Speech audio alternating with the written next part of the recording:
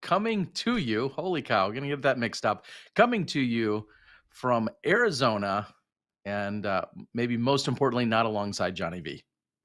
Absolutely not. You've been away from the studio now. This is your second week. Are you going to make it 3 in a row? I mean, one can only hope. Unfortunately, I will be back, I think, next week at this time. I think I'll be returning sometime Monday, which means next Tuesday night I'll be in the studio just to turn around, and then a day or two later head back out onto the road for what will be our Waco event. The next stop, of course, on the Disc Golf Pro Tour. And so with that, tonight, we're going to be welcoming in just a few moments now, Eagle McMahon, of course, your 2021 Las Vegas Challenge champion, kicking off the Pro Tour in the best possible fashion, taking down a big W at a pretty sizable event along with a sizable paycheck. I believe his third Pro Tour win of his career, maybe his fourth. I know I think it's his fourth, actually, because he had two last year, almost back-to-back, and then I believe he had one a year before that, and I think this is his fourth. I bet you he'll know. You would think that we would know since we broadcast these things. No, Mo has a spreadsheet. Mo literally keeps a spreadsheet because he can't remember. Nobody can remember, but I believe it's his fourth. Well, it'll be great. We'll catch up with him in just a few moments. I think he's also remote. He is kind of taking the weekend off from competitive play, but we'll get more of that story, see what he's up to. Again, he'll be dialing into Johnny here in any moment. But, of course, huge congrats not only to Eagle, but also then on the FPO side of the Disc Golf Pro Tour, we see that Paige Pierce takes down her fourth Las Vegas Challenge victory, which was kind of a funny talking point that we had. In interviewing her Saturday night, the day before the final round, I said, I didn't feel like she's dominated that event like I feel like she's dominated so many other events. She's like, well, I have won it 3 times. I'm like, okay, true. And that obviously is very good, and I didn't want to discredit it. But almost every time I've been in Las Vegas, those were years she didn't win. So that's maybe why I wasn't connecting it. And nonetheless, she has now apparently won it 4 times. But if I asked her, how many times have you won the Memorial? She has no idea. It's somewhere between like 6 and 10.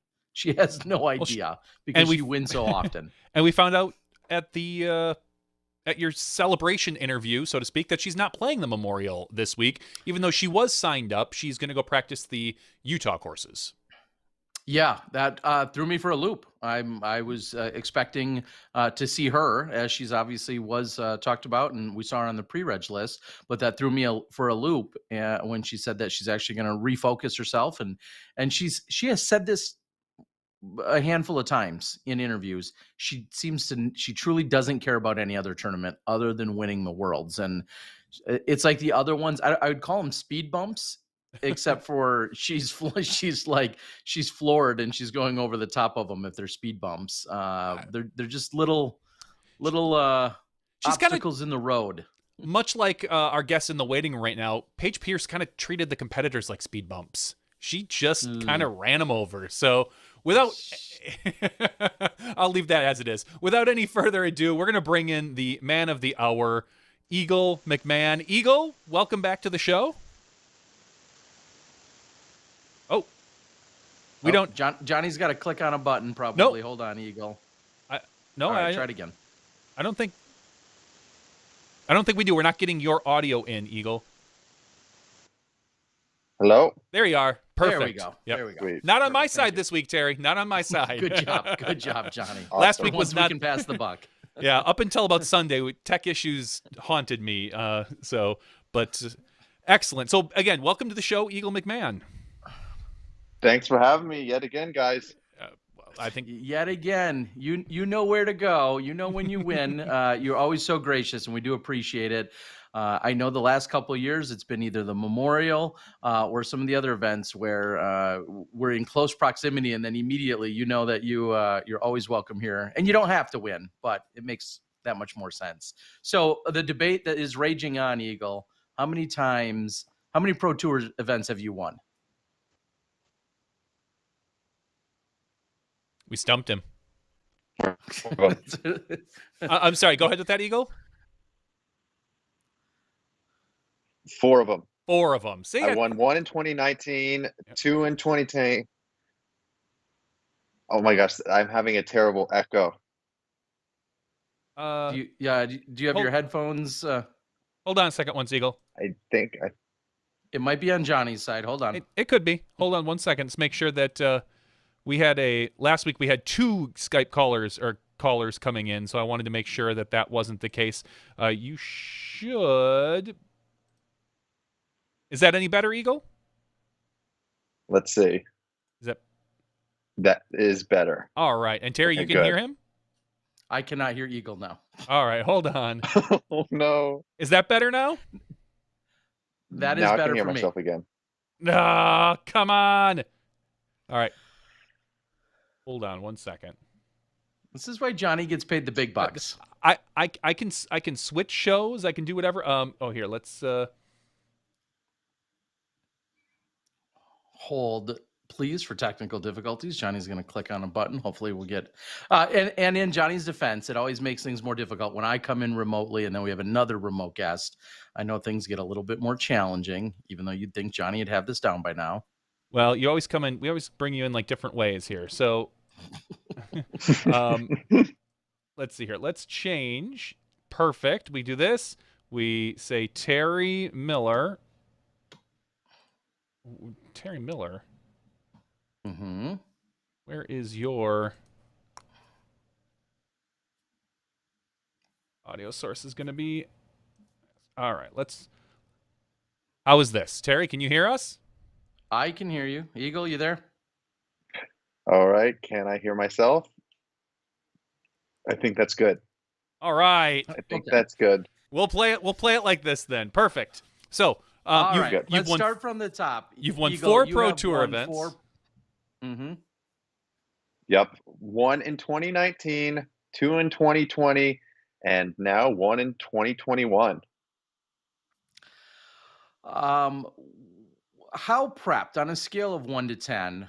How prepped and ready for this year's tour were you? I know we've seen lots of different off seasons for you. We see it for a lot of players, and people kind of switch up their focus. And there's been times where players have said, "I'm just genuinely not ready at all." I know Paige said that a year or two ago. How ready were you going into Las Vegas?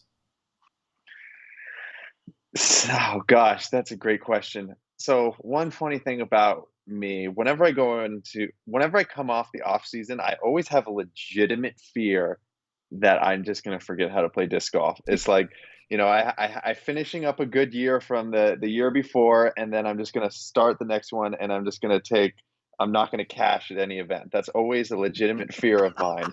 So honestly, I didn't really feel ready at all.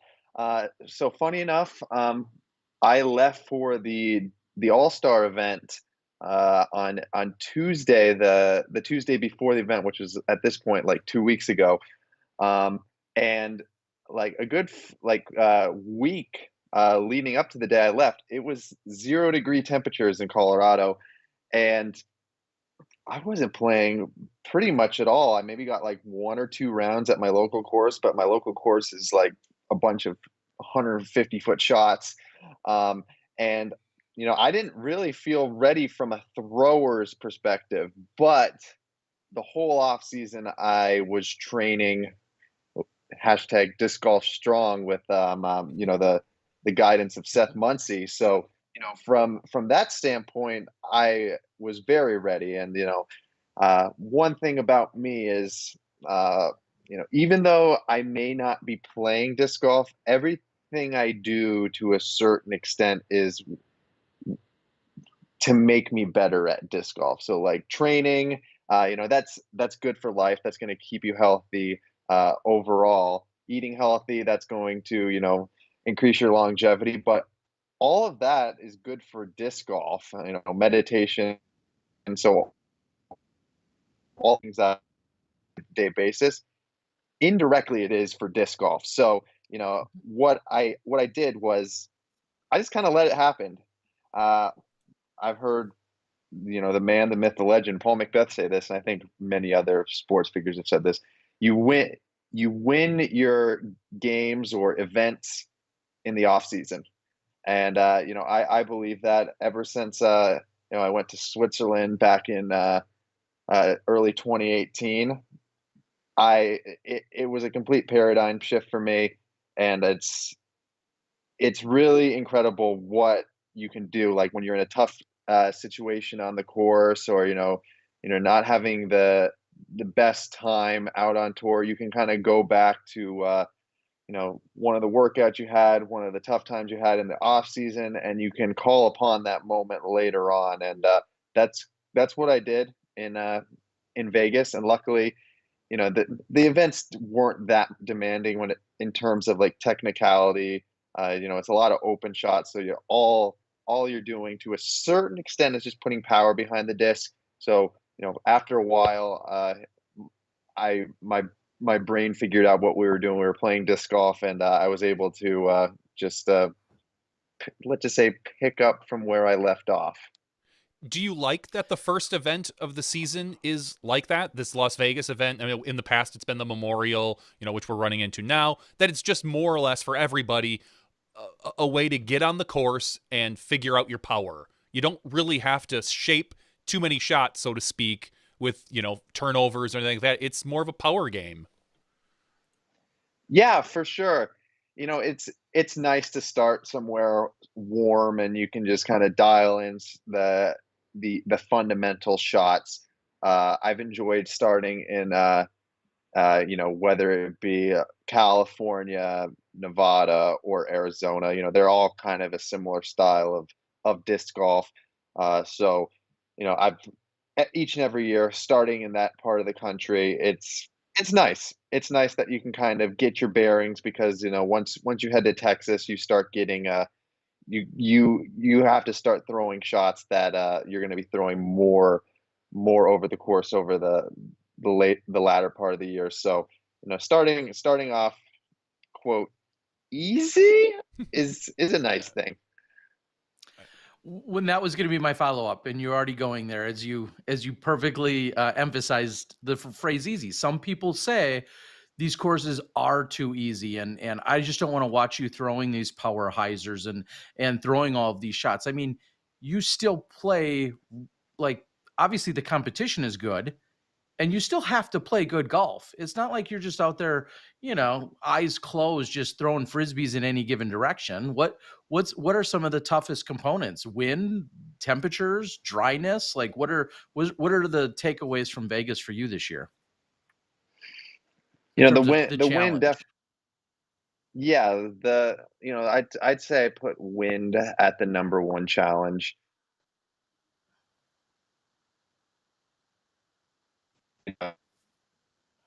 Yeah, second day was pretty calm. The day Ezra shot his 1100 right around.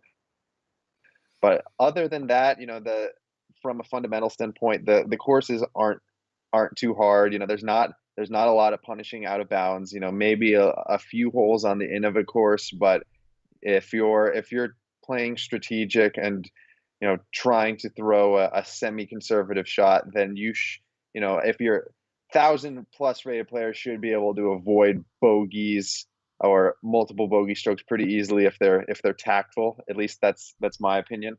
Um, but I've always been under the impression that the course definitely plays a major factor, but when it comes to like the lead card, chase card, it's about the players you're playing against. It kind of doesn't matter what track you're playing on. You're kind of going to get caught up in the competition, and you're going to play the level of your competition. So that's what I think to a certain extent, and that's what I felt like happened when I was playing with looking at Paul McBeth's face when he was putting, looking at Calvin when he was throwing. So that's kind of my thought process.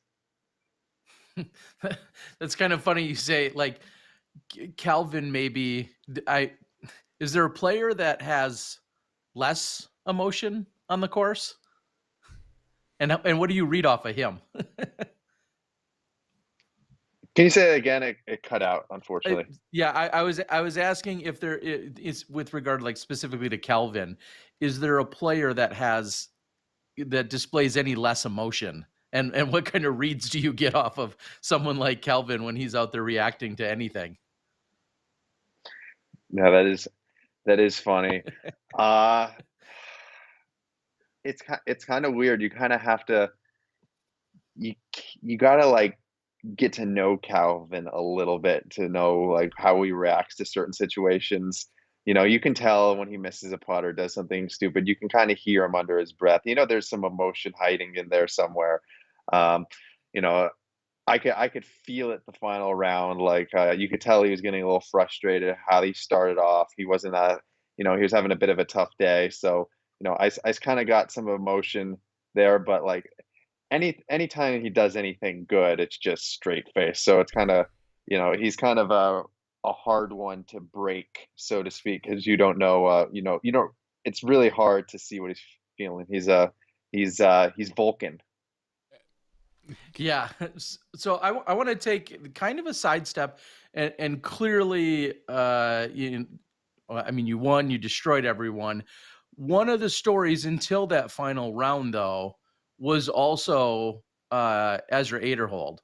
And everyone's known about him, and he's been putting out great content. It's not like he just came out of nowhere. However, he performed really well. He had that hot round that you mentioned. Was there anything else that you learned or any other interaction that because I mean the world kind of got to know him that much more this weekend as you guys were all in the limelight in those top couple of cards? Was there anything else that we didn't see or know already?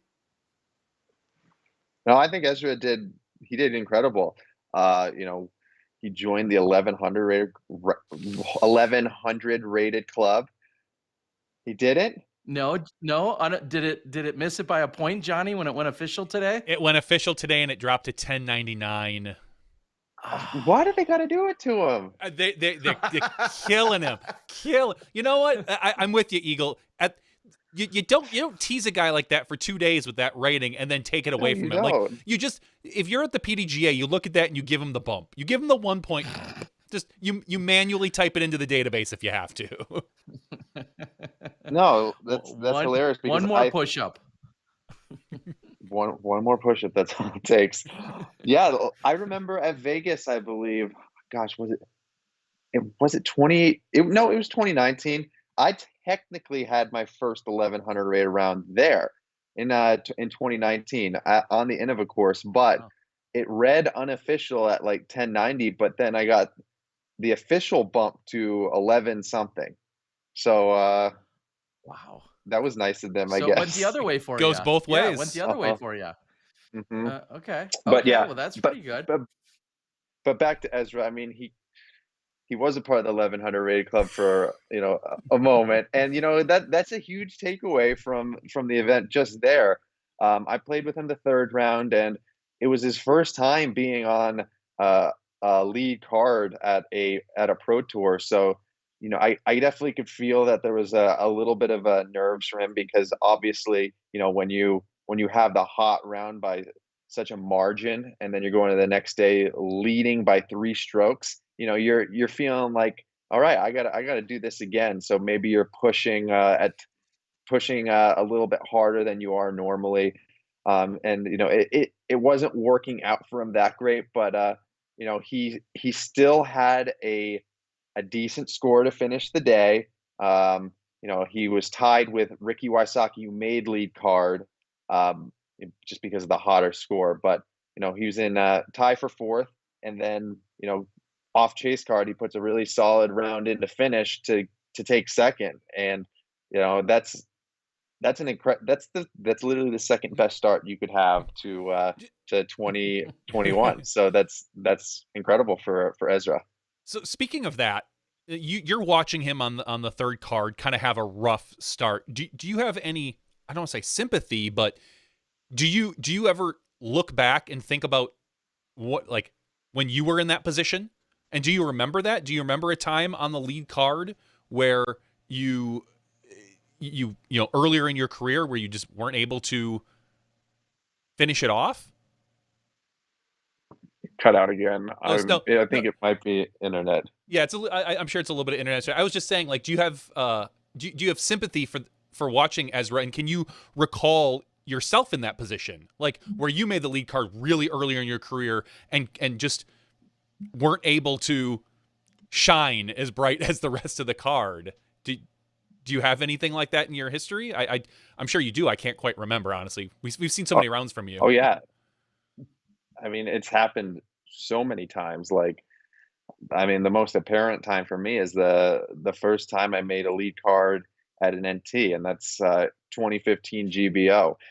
It was final round, and I was losing by one stroke to Paul McBeth. Like, this kid from Colorado that no one ever heard about was like, I had a chance to win the Glass Blown Open against Paul McBeth.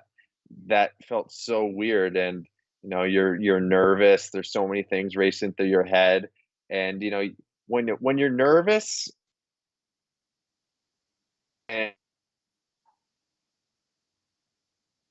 really like you're used to, or like you did the previous rounds. So you kind of have to go through that situation, and you got to take it as a learning experience, for good or for bad. It's cliche, but I think it was really important for Ezra to have that experience. And I think Ezra's the type of person who's gonna learn from it, and he's gonna figure out, okay, what can I do next time in this situation to not have this happen again.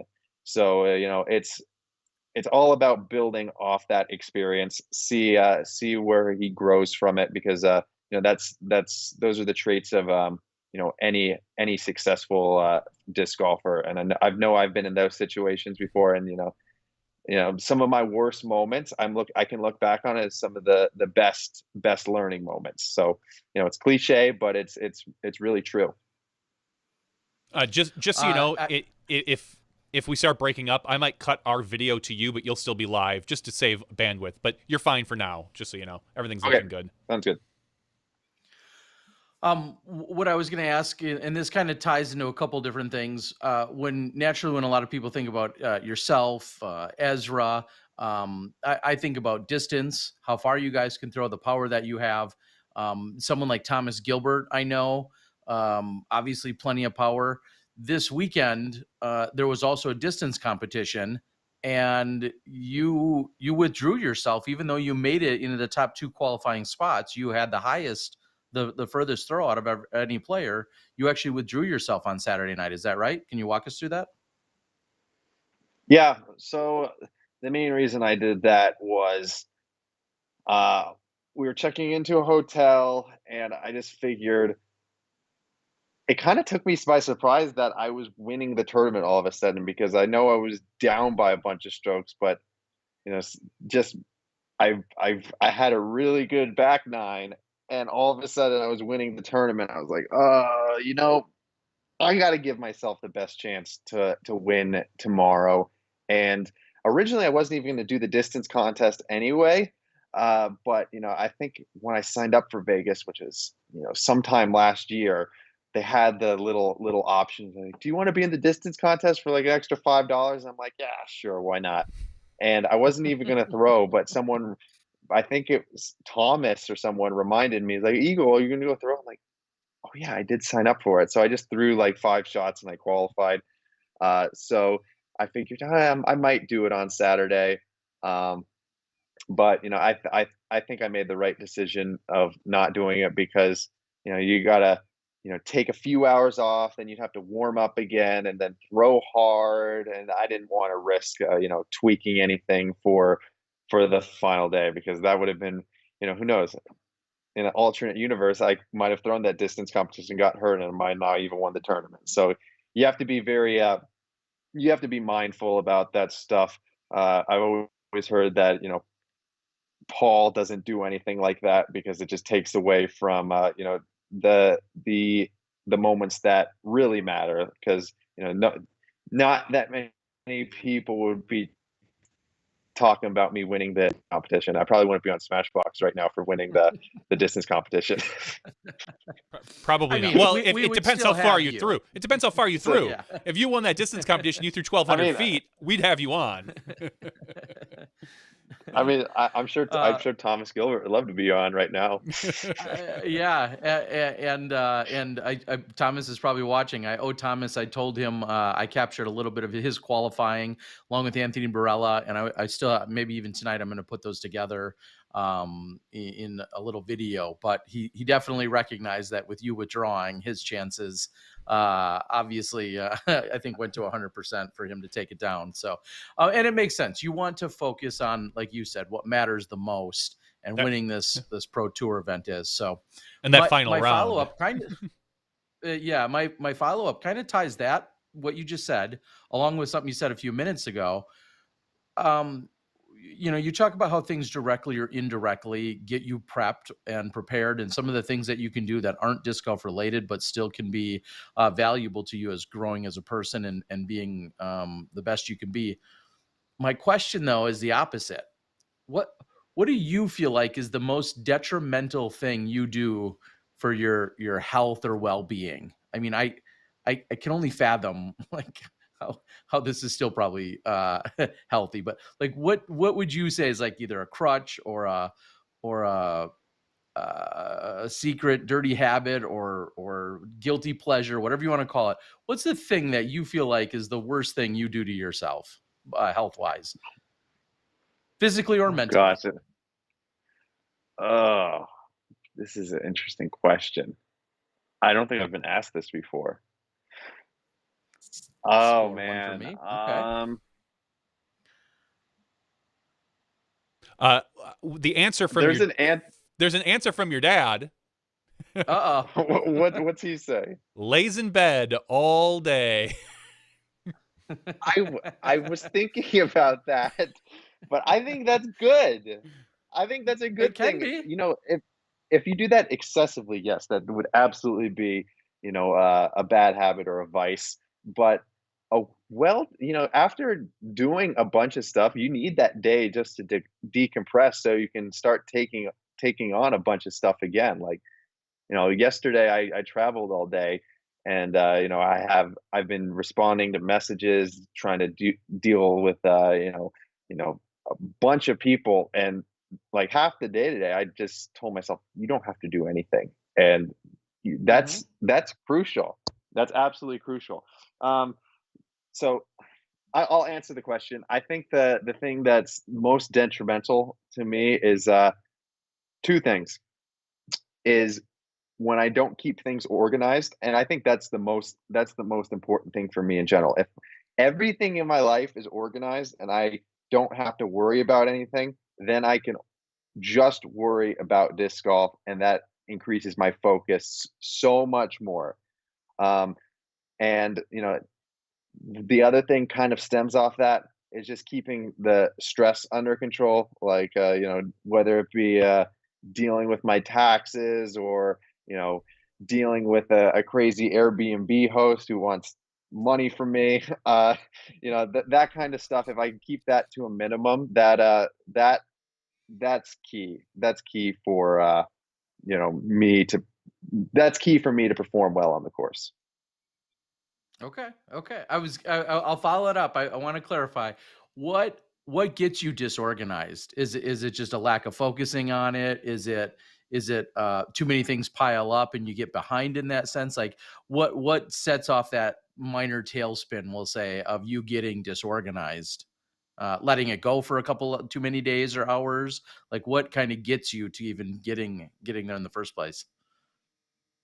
I think lately what I've been noticing is like like I'm 22, and right now with just with everything, with disc golf getting bigger, I'm becoming more and more of an adult, and like the transition from going to like kid life to adult life, like dealing with an accountant, dealing with you know uh you know the banks, trying to figure out what stocks Who to will invest take your in. $5,500 check?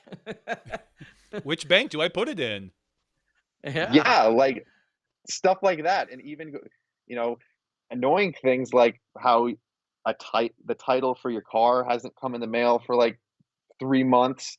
and like knowing that you have to go to the courthouse to get that taken care of, like all that kind of stuff just weighs on you.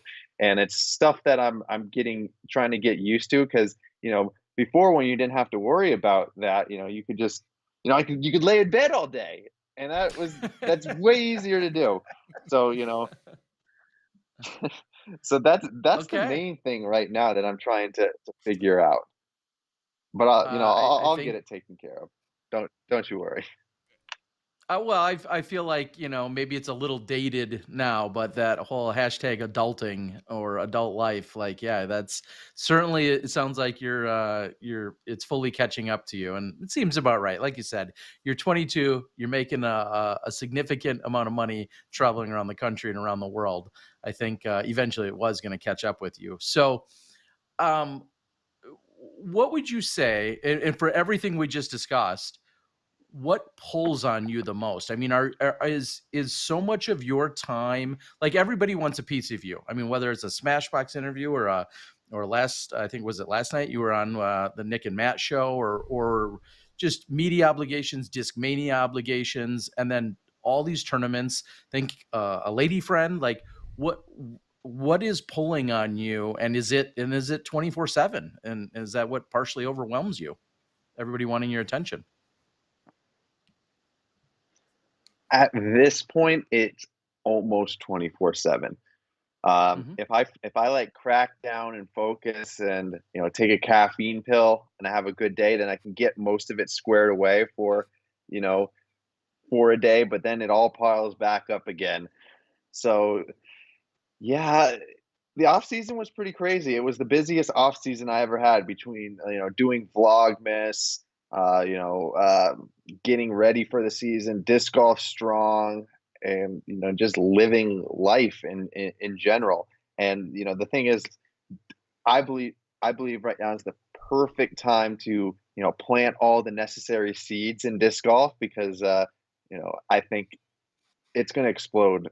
It's already exploding as we speak. But like I have some pretty cool things I'm trying to do this year. Like I I'm working or hiring Joey Tamale this year Uh-huh. as a cameraman, and I'm going to do practice round vlogs for all the Pro Tour events and NTs. So keep an eye out for that. But that's one extra thing on my plate. It's editing a video takes shooting, editing a video, that's almost like that's 8 hours plus of work to get it out. And making a thumbnail, posting it, it's a lot.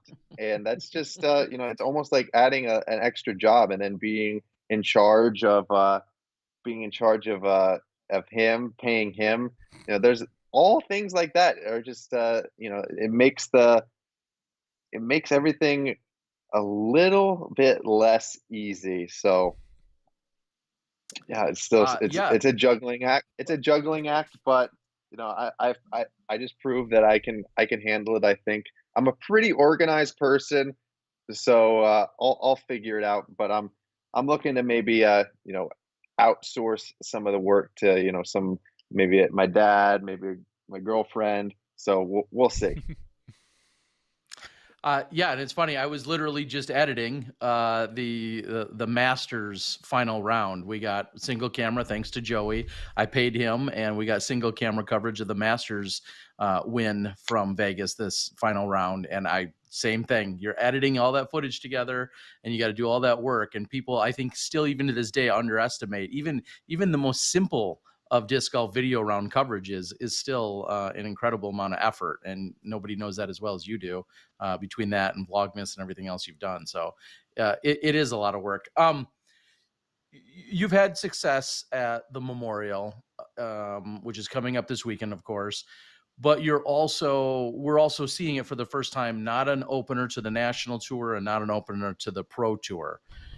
Does this weekend kind of prove for you where your priorities are, which are maybe the national and pro tours and majors, like even large scale A tiers that are relatively open and easy for you to attack? It just doesn't hit your radar still because it's not attached to a series?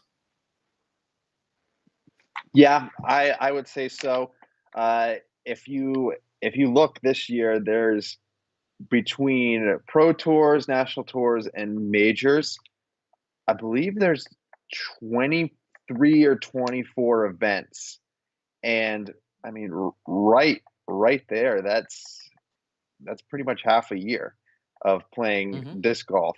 So, playing Memorial, I really enjoy the event, but if it's not, if it doesn't have that DGPT or NT label, it just it really doesn't interest me, and I don't think it has the same prestige.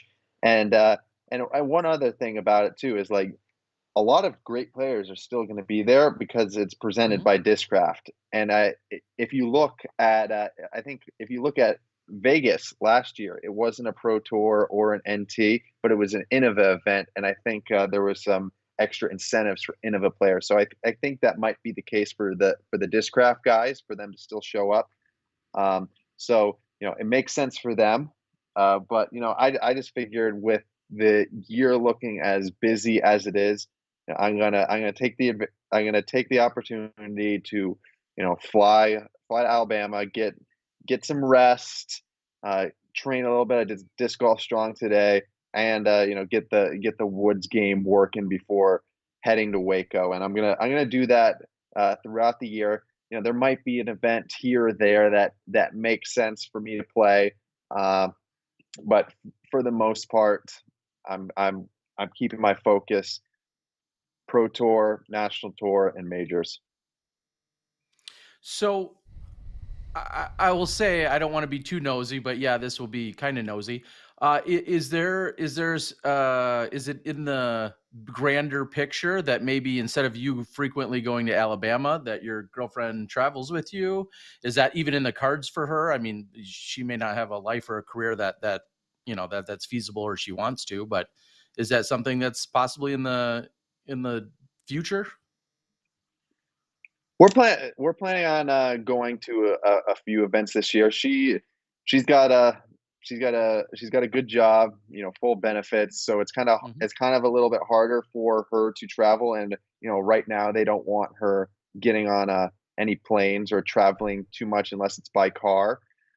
So Hmm. it's a little bit difficult for her now. But the plan is for her to come out to events like Jonesboro, maybe Idlewild, the ones that are within a close range to her neck of the woods. So that's the plan right now. But as things go forward, maybe she'll be able to come out more, which would be awesome. Yeah, and I say that because I just think how Alabama is so infrequently on your way to, anywhere Anywhere. right now. I mean, obviously, yeah, it's. I've spent some time in Gulf Shores myself, and I like Alabama, but for where you're going, I mean, that's almost always going to be a flight in and a flight out until unless you're doing something in Florida or over in Texas. So, are you surprising any Alabama events with an Eagle McMahon showing, or might those come as a surprise later in the year and be a secret? I know you played in a I mean, I random B tier last year. Yeah, I did one B tier. If I have an off week, I'll check the disc golf scene and see if there's anything that looks fun. But with the schedule, I think the summer's pretty packed. The only time that I could see maybe playing something in Alabama is if European Open or the Europe trip doesn't happen, then that leaves like Mm. a little over a month of a dead space. So maybe something's happening there, but we'll see. It could happen later in the year. It's more or less how I'm feeling during the week. And if I wanna compete, then I'll search for something fun. I Uh, feel like we'd be doing a disservice to all the fans if we didn't talk slightly about a particular shot that you had this weekend. Hole 18, you've got this tournament wrapped up. No doubt. You pull out I'm trying to even describe the disc. I mean, it's the tilt. Everybody knows it right now. It's internet famous. And throw it upside down up to the pad. When did you make that decision that you were going to kind of we can fast forward this a little bit to watch what you're doing. When did you make that decision? What were you? Was it hole 16? Was it, where did you use that disc at all anywhere else on the tournament? Yeah, was Simon trolling you? Yeah, so when I went up, I believe it was 8 or 9 strokes. I was just thinking, okay, maybe 17 I can throw the tilt upside down, but I'm like, nah, I don't wanna get a bogey. So I was just I was running through different scenarios in my head, and I definitely wanted to do something cool on the final hole, just because, like, when else are you going to get an opportunity like that when literally you could throw a bunch of strokes away and still be fine. Um, but at the same time, I knew I was shooting a good round, and r- rating points matter to a certain extent. So I was trying to find that perfect balance, and that's a shot that I've been throwing just for fun, and I realized, it goes pretty far, and I think I know what it's gonna do. So I just figure, okay, this is the perfect time. Let's throw the tilt upside down. I didn't throw the tilt at all leading up to that moment. So I'm like, okay, this is the perfect timing. Uh, and I just figure, let's do it. Throw the tilt upside down, puts me in circle 2. I had a I didn't it was technically a makeable putt, but with everything that was going down, there was no need to run it. But honestly, I wish I got a little bit closer off the tee, because then I could have maybe ran the basket. But other than that, it was a really fun moment to throw just a shot that I don't think anyone's really ever done before in tournament play. No, and instead of being able to putt out, you were able to walk up. This is a angle from all of our cameras, but trying to scrape through to find one. You threw it under your leg. You walked up and did like an under the leg kind of putt to finish off the event. Again, is that another to just showboating, so to speak, or showcase? What? Why? Just for fun? It's signature move now. It's lit. It definitely isn't showboating or anything. I can be a pretty goofy person in a lot of regards, and I like to do silly stuff. And that's just an extension of my personality. When I get an opportunity to kind of let loose, and you know, when I can just be myself, that I'm gonna do it. No pressure. I thought it was fun, and I did it to hopefully lighten the mood. So Or the ultimate it was troll to fun the rest doing of it. the field.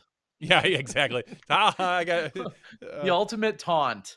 Like, hey guys, I throw silly discs in ways you couldn't, you guys can't imagine, and I'm just gonna taunt everyone. But thankfully, we all know that's just taunting's not in your personality at all. So I don't think anyone would confuse that. And let's be real. I'm looking at the ratings right now. You were just talking about them.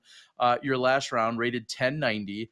And I see that every stroke during that last round was worth about 8 points. So even had you thrown any other disc, had you gotten next to the basket and tapped in for the birdie, you would have probably been like a 1098 anyway. So I mean, the tilt's a way better story, right, than a 1098 rated round.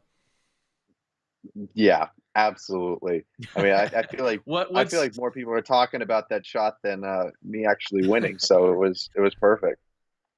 That was going to be my next question. What has been the reaction? I mean, it's funny. Here we are talking about it at great length as well, but what's been the reaction that you got? I mean, it's most people are like, just tagging their friends, like, look at this. My favorite reaction though was this one guy commented, who's like, but why? And then another guy responded, he's like, but why? Question mark. Well, why the heck does cream corn exist?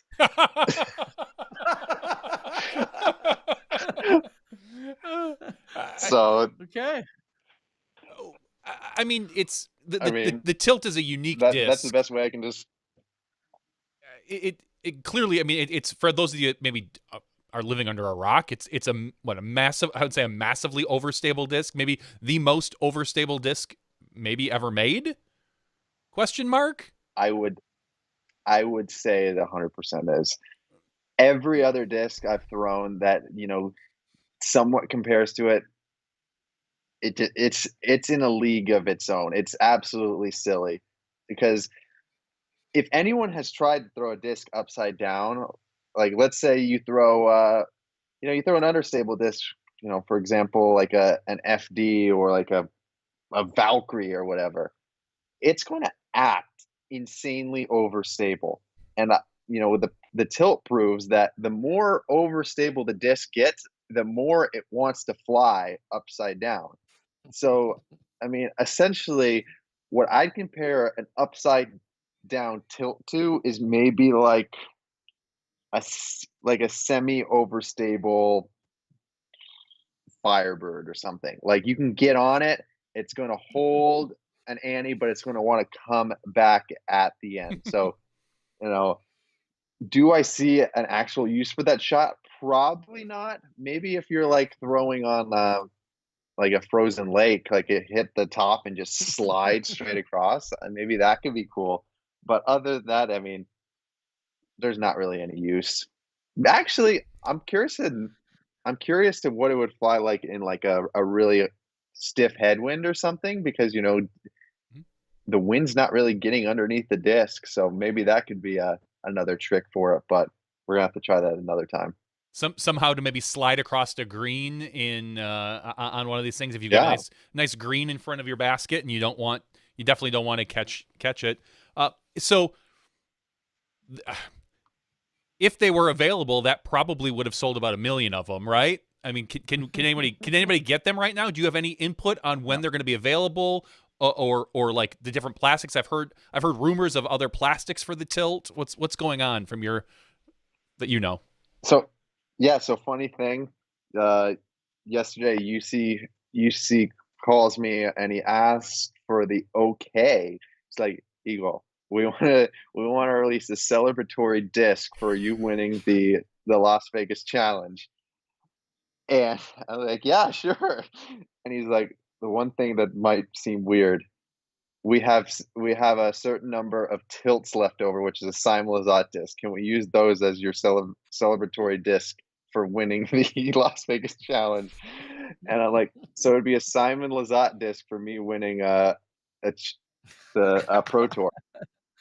And I said, perfect, let's do it. It's got to So be. at least he ran it by me. So, I thought it was cool because it kind of made sense since I threw the tilt. But the only bad news is that they sold out really quick and they're all gone again. I was going to say it's got to be a bottom stamp disc, right? You have to put the stamp on the inside like the old, some of the old Innova ones. That would be the smart move. That would be that. Mm-hmm. Come on, UC, you're missing opportunities here. Let's make that thing. Yeah. Trust me, there's no shortage gone. of selling those, so nobody really. Yeah. Mm-hmm. The other question I wanted to talk to you about was this weekend we heard from, and I think it's been kind of an open secret amongst the players, Paul McBeth takes in a massive long-term contract, 10 years, $10 million. From your perspective, what does that mean for people like you? I mean, you're 22, you're at the top of the game right now. What do you see happening from this? Like, how do you see your future now? Yeah, so I've kind of known about this contract for a while. Paul told me. So obviously we want to keep it on the down low. But when rising tides lift all boats. So I think it's only a matter of time before you see maybe like a Ricky getting a big contract, or the real thing is making contracts public, because a lot of players are making a lot less than you think, and some are making a lot more. But I don't know when every player is going to want that to us. It's kind of hard to say, because I think Paul, for example, is the perfect person to do something like this, because everyone knows that, when it comes down to it, he's really in a league of his own. So I think Paul's the perfect person to pioneer, a move like this. But I think for players like myself, Ricky, Calvin, Dickerson, we're next time we negotiate a contract, we're gonna be like, okay, Paul has won 1,000 tournaments. I've won, 10. So what's my share of this? So it'll be interesting to see. And of course there's other Yeah, yeah. factors and You said you've Well, known I about mean, this. I said you've known about this for a while. You just signed a contract this year, right? Was it a 1 or 2 year contract, or was that not it was a disclosed? 3-year. A 3-year contract. Okay. Mm. Did you know about it before you signed your contract? I did. Did it influence your contract signing at all? It did. Okay. I am not in the position to just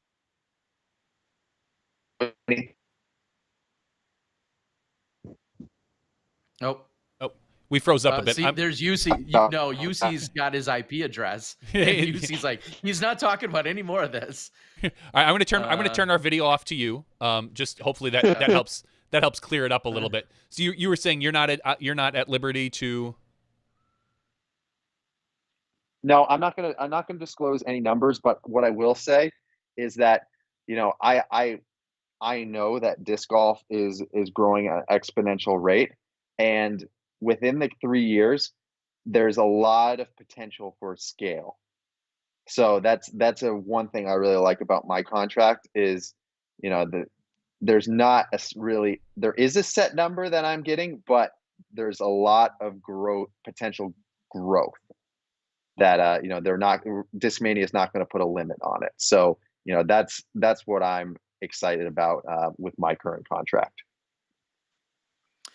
Yeah, so essentially you've got base, whether it's a base salary or a base agreement, and then the fact that if things do really well, signature discs and probably other initiatives or incentives, might be either unlimited or, like you said, might be able to expand exponentially, and which I think is great. The fact that you don't have a cap as to where some of these other incentives can take you, should keep you hungry too, to continue to do well and do a little more than maybe the bare minimum that your contract requires. Not that I'd expect that of you, but it keeps you hungry.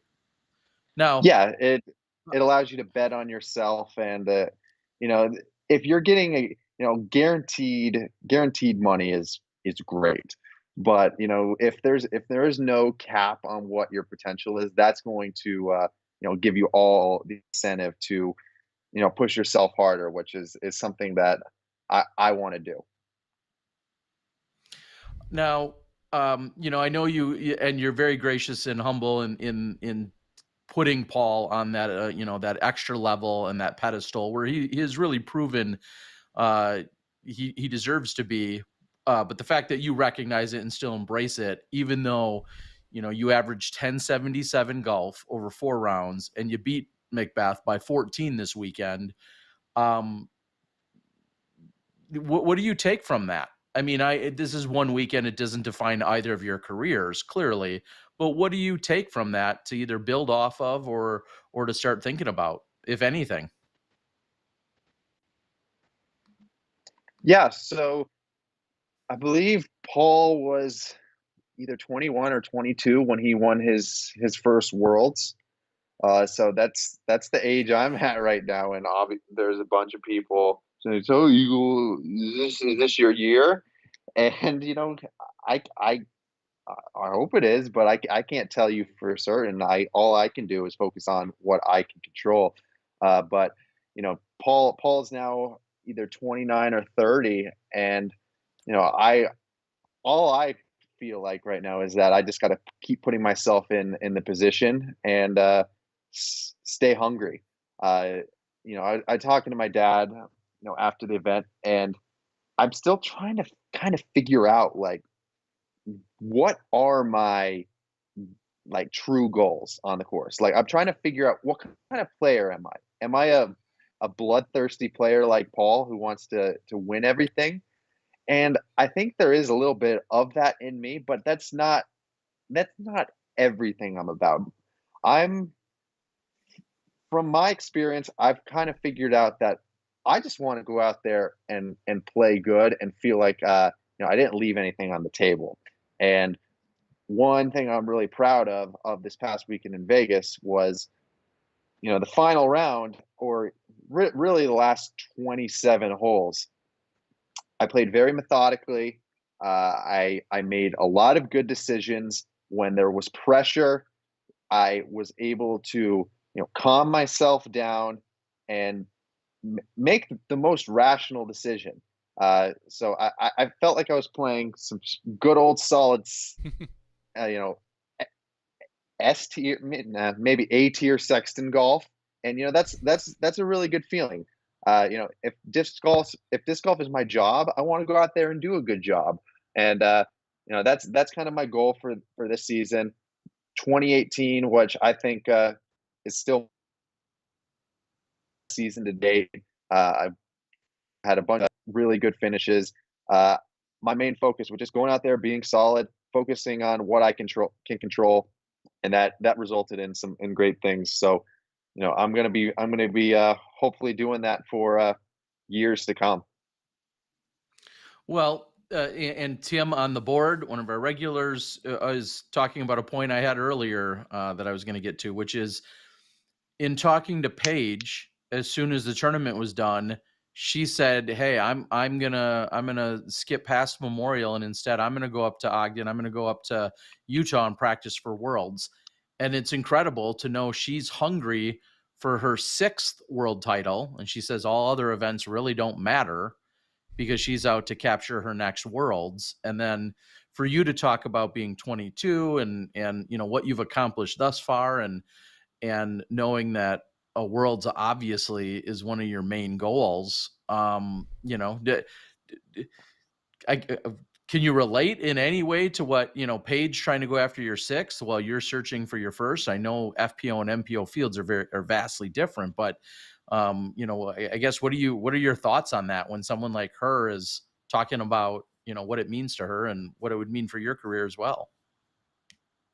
hmm Yeah, that's pretty crazy that she drove up there, because I'm curious to what the weather's like, because it's winter up there still. That's it's like 5 to 6,000 feet in Utah, and it's mountainous. But it's definitely admirable that she has that drive, and I think it's awesome. Um, so yeah, I can definitely relate. Her wanting to be more prepared than anyone else. I think that's an incredible thing, and that's what I try to do in the off season. I try to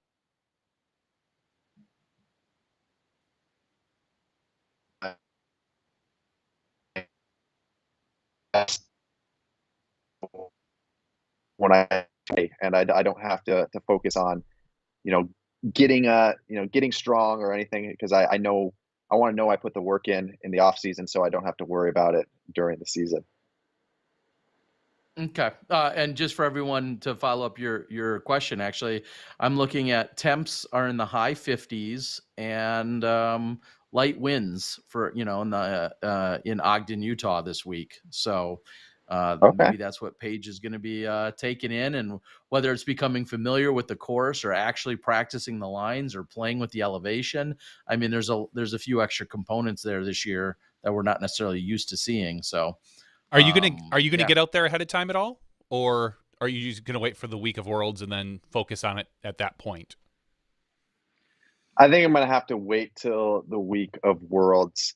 I don't really see any time prior leading up to that. Um, and one thing, my take on it is, everyone's different, but I like to practice the courses, pretty close to the event, so Mm. it's fresh in my head. Uh, I I've played my home courses and I still don't know what to throw on some of the holes. So I don't think it matters that much. It's more about what's in your bag at the time, how a certain disc flies on a hole. So that's my take on it. And and we're gonna have 8 days after Beaver State Fling going into Worlds. So that's a pretty good amount of time to practice two courses. I'll be able to get at least I'll probably look to get 6 rounds, maybe 3 rounds on each course to get fully prepped for the event. So that's my take on that that philosophy. Okay. Uh, so this weekend, you and I kind of just alluded to this. You took home $5,500. This was listed as your 46th career win, according to the PDGA. I assume you know where that ranks in terms of your overall paychecks. Do you know? I assume you know, right? I know it's up there. I think could it be my second highest? It is, yes. You mentioned you Okay. referenced 2018 earlier. The Conopiste Open in 2018. After I'm guessing after all whatever the conversion was, that comes out to $5,843. So Mhm. this went down as your second largest paycheck at $5,500. Your Idlewild last year was $5,000. And then Beaver State in 2019 was $5,000, and Glassblown was $5,000. So stateside, this is your largest paycheck to date. Uh, do you think about the paychecks anymore? And I'm not saying you're getting lazy or sloppy or anything like that, but you're not playing for paychecks, are you? It's definitely nice. Um, you know, I think more about paychecks when it's if I'm finishing worse than top five. Like Mm. what I mean by that is like if I get like ninth place, like how much money am I getting for playing, okay for my standards? Like if I'm getting, oh my gosh, $1,700 for getting ninth place, that's really good. So it's kind of along those lines. If I'm playing like really well and I know I'm shooting near the top, then obviously the better you play, the more money you're going to get. But uh, at that point, you're excited that you played well. You feel like you had a good weekend, and the money is just bonus. But when you're playing for fifth through let's say 15th place, you're you're no at least for me, I know I'm not playing as good as I feel like I could. So I'm just kind of trying to take positives away, and usually the positive is like, oh, is this event a good payout? And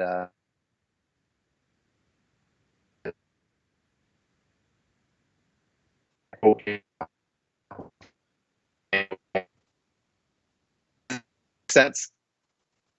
The little last part cut out on us. You were saying, is this event still have a good payout? You were talking about kind of finding, I think, the silver lining in saying, hey, that you didn't play great, but what did the event still pay really well?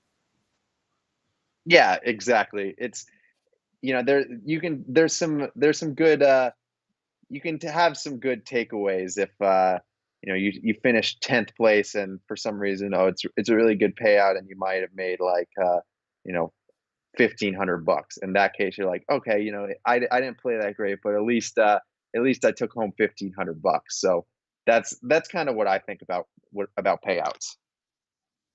Well, and to be fair, Eagle, I know you've been playing pro for a few years now, but at one point, winning an A tier and getting a $1,500 check was legendary. I mean, those were our bigger A tiers.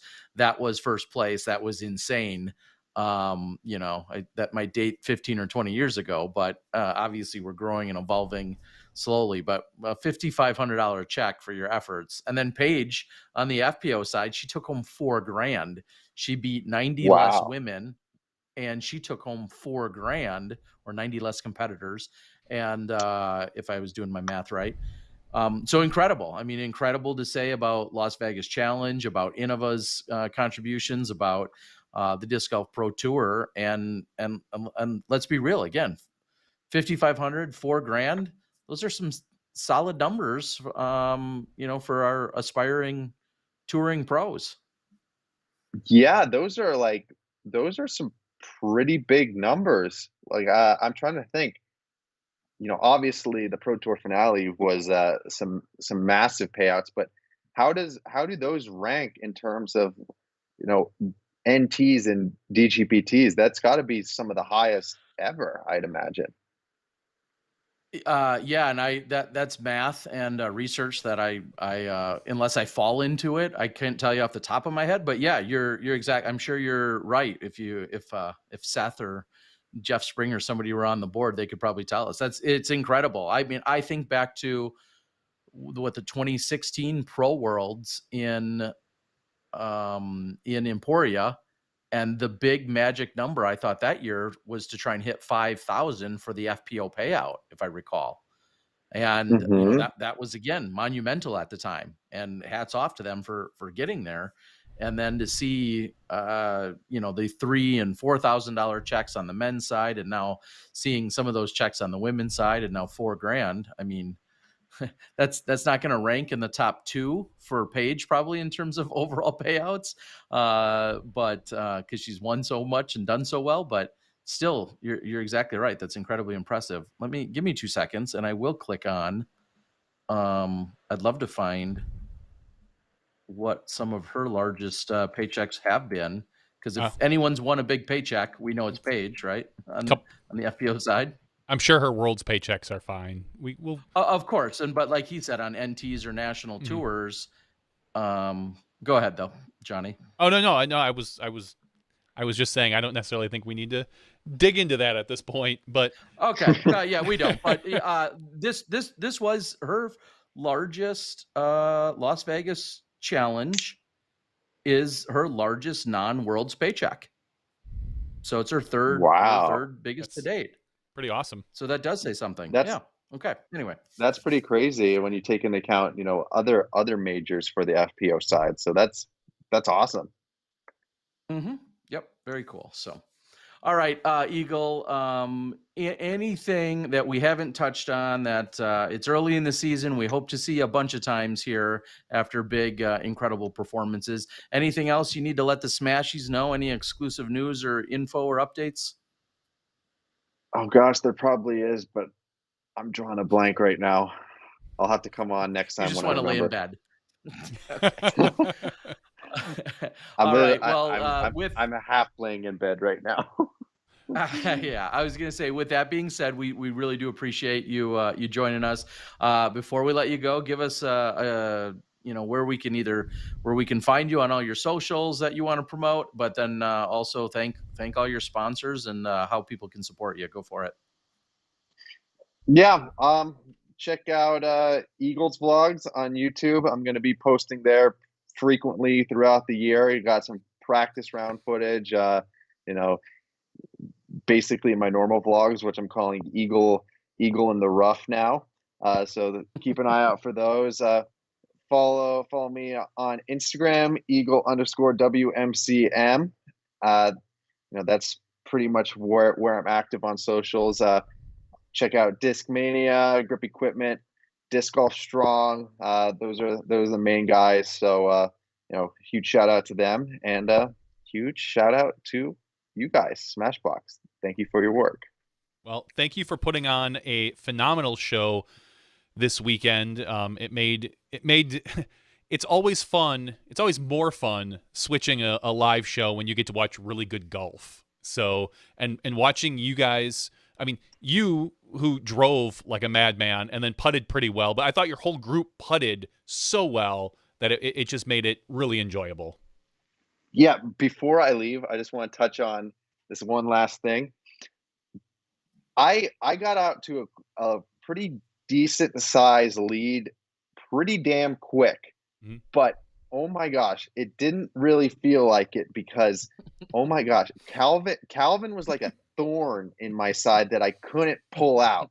He kept hanging around like 4 or 5 strokes because he kept nailing these massive putts that didn't even make sense. So, shout out to Calvin for really not giving up. Uh, but yeah, that was crazy. If you anyone who hasn't seen it, go watch some of the footage. And he hit some, he hit like I feel like 4 or 5 insane putts to keep himself in it. Just keep trying to keep somebody's got to challenge and pressure you. And Calvin was up for it, but unfortunately he fell a little bit short, although he wanted to keep things interesting. So yeah, like you said, huge shout out to Calvin and everyone else that were trying to find a way to keep up with your 8-stroke margin of victory. Very impressive. Yeah, Well, Eagle, we appreciate it. He threw in 2 50-footers, a 40-footer, and a 60-footer. So that's it. That ain't a bad. That ain't so bad. Oh my gosh. Hey, Wow. all to still lose by what, 10 or more? I mean, 8, only anyway. 8. All right. 8. Okay. Well, Eagle, we do seriously. We really appreciate your time. I know more and more throughout all these years, like you said, you're getting pulled in a lot of directions, and we know all of our fans, all of the fans out there, just really appreciate you always being so gracious with your time and sharing it with us. And thank you so much. And looking forward to seeing you again in a couple of weeks at the next stop.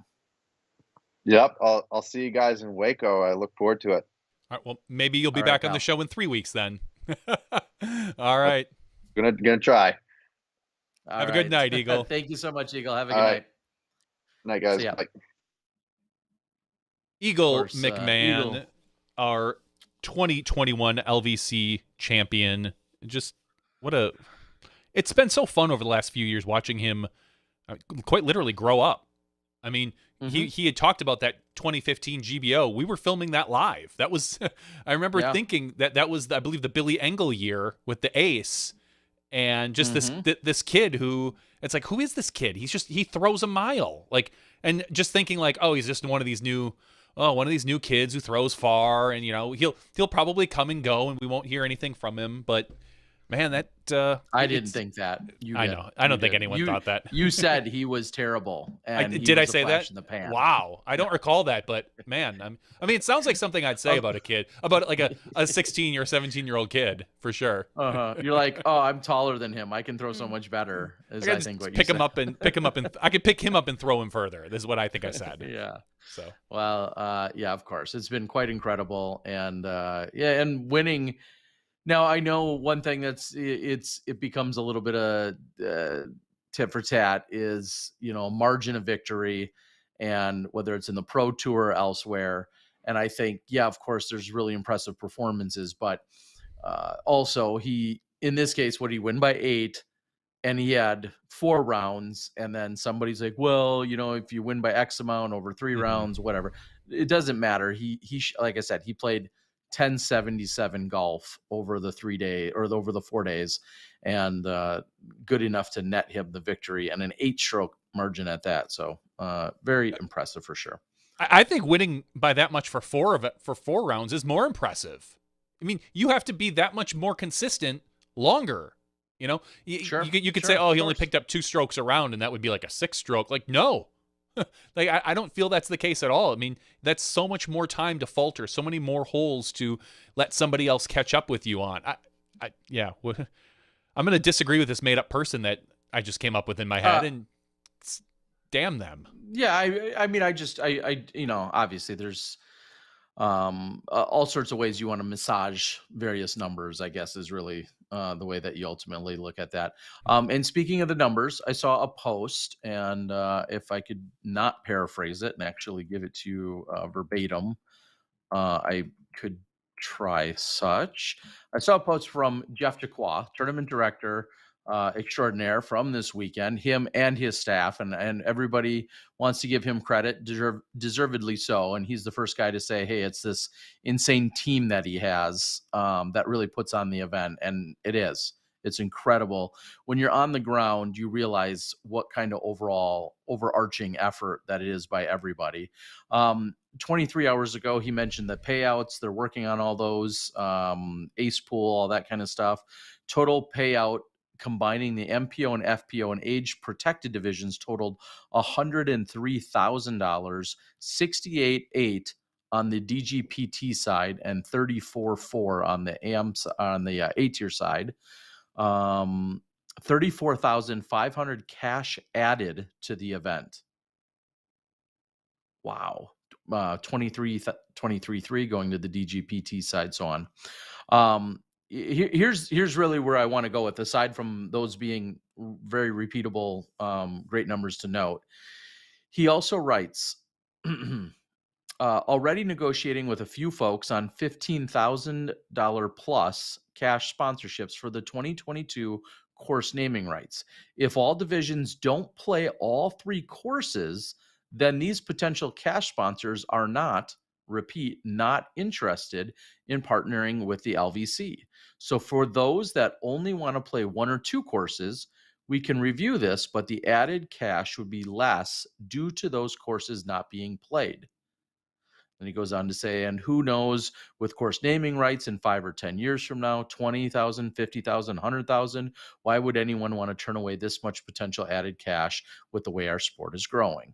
So, and we didn't bring this to Eagle, but my question and the debate that will continue to rage on is, how many courses should be played on the pro tour side and or on the non-pro tour side, basically every non-MPO and FPO division. Is I mean, it valid debate? Oh, it's of course it's a valid debate, because I think you ask virtually any pro player and they're going to say 3 is too many. 3 is too many to play. Now, almost everyone says that. Correct. Yeah. But if you again, pulled up, what is there, 150 players? Yeah. If you want to look for a silver lining, if there's an event to play 3 rounds, it's the first one, because you can get there early. You can practice more frequently. In theory, they should have those courses set up. You're well rested. You're well rested after an off season. Exactly. These courses, I said it a few times, I think last week, a lot of them, they're not extremely unique. They have a very similar look, a lot of similar shots. For the most part, you're throwing power hyzers. This is a great event to kind of dial in your distance, because that first throw in a lot of these holes is just a crush. Just a massive throw. Try to avoid the little bit of OB that's out there. It's your second shot where you're dialing in that 330-foot throw, that 280-foot throw to the basket on the mound, and which it felt like a lot of them, that was what it was. throw to the basket on the mound, or the basket in the I want to say the divot, but that's not exactly near the sand trap. Yeah, near the sand trap. So if there's an event to do it, this one would make the most sense. Nobody likes it. But if you also ask the pros, hey, would you rather play 3 events and there be $25,000 added cash? Or would you rather play 2 events and there be $10,000 added cash? I'm going to bet that most of them probably, and I'll say this, probably not your top players, because to them that the cash matters a little bit less. But most of your other players are going to say, we want the added cash. We'll play the extra course. But I mean, until we don't know until we know. So, well, so again, it's funny because it almost sounds like I think or do research, and usually I don't. But sometimes things jump off the page at me. Usually, when we do research, people shut the stream down, including myself. So, but I do think. If I could just do math. What I'm trying to figure out, so remember 182, 15,000 divided by 182. Boom. Okay. Here's some math for you. And I'm just doing this for math's sake, discussion sake. I was thinking, like you just said, how much does that money matter to the players? And of course, money, we always want bigger payouts, bigger purses, blah, blah, blah, blah, blah. Here's where I do some math. And I'm going to oversimplify it again for the sake of tonight's conversation.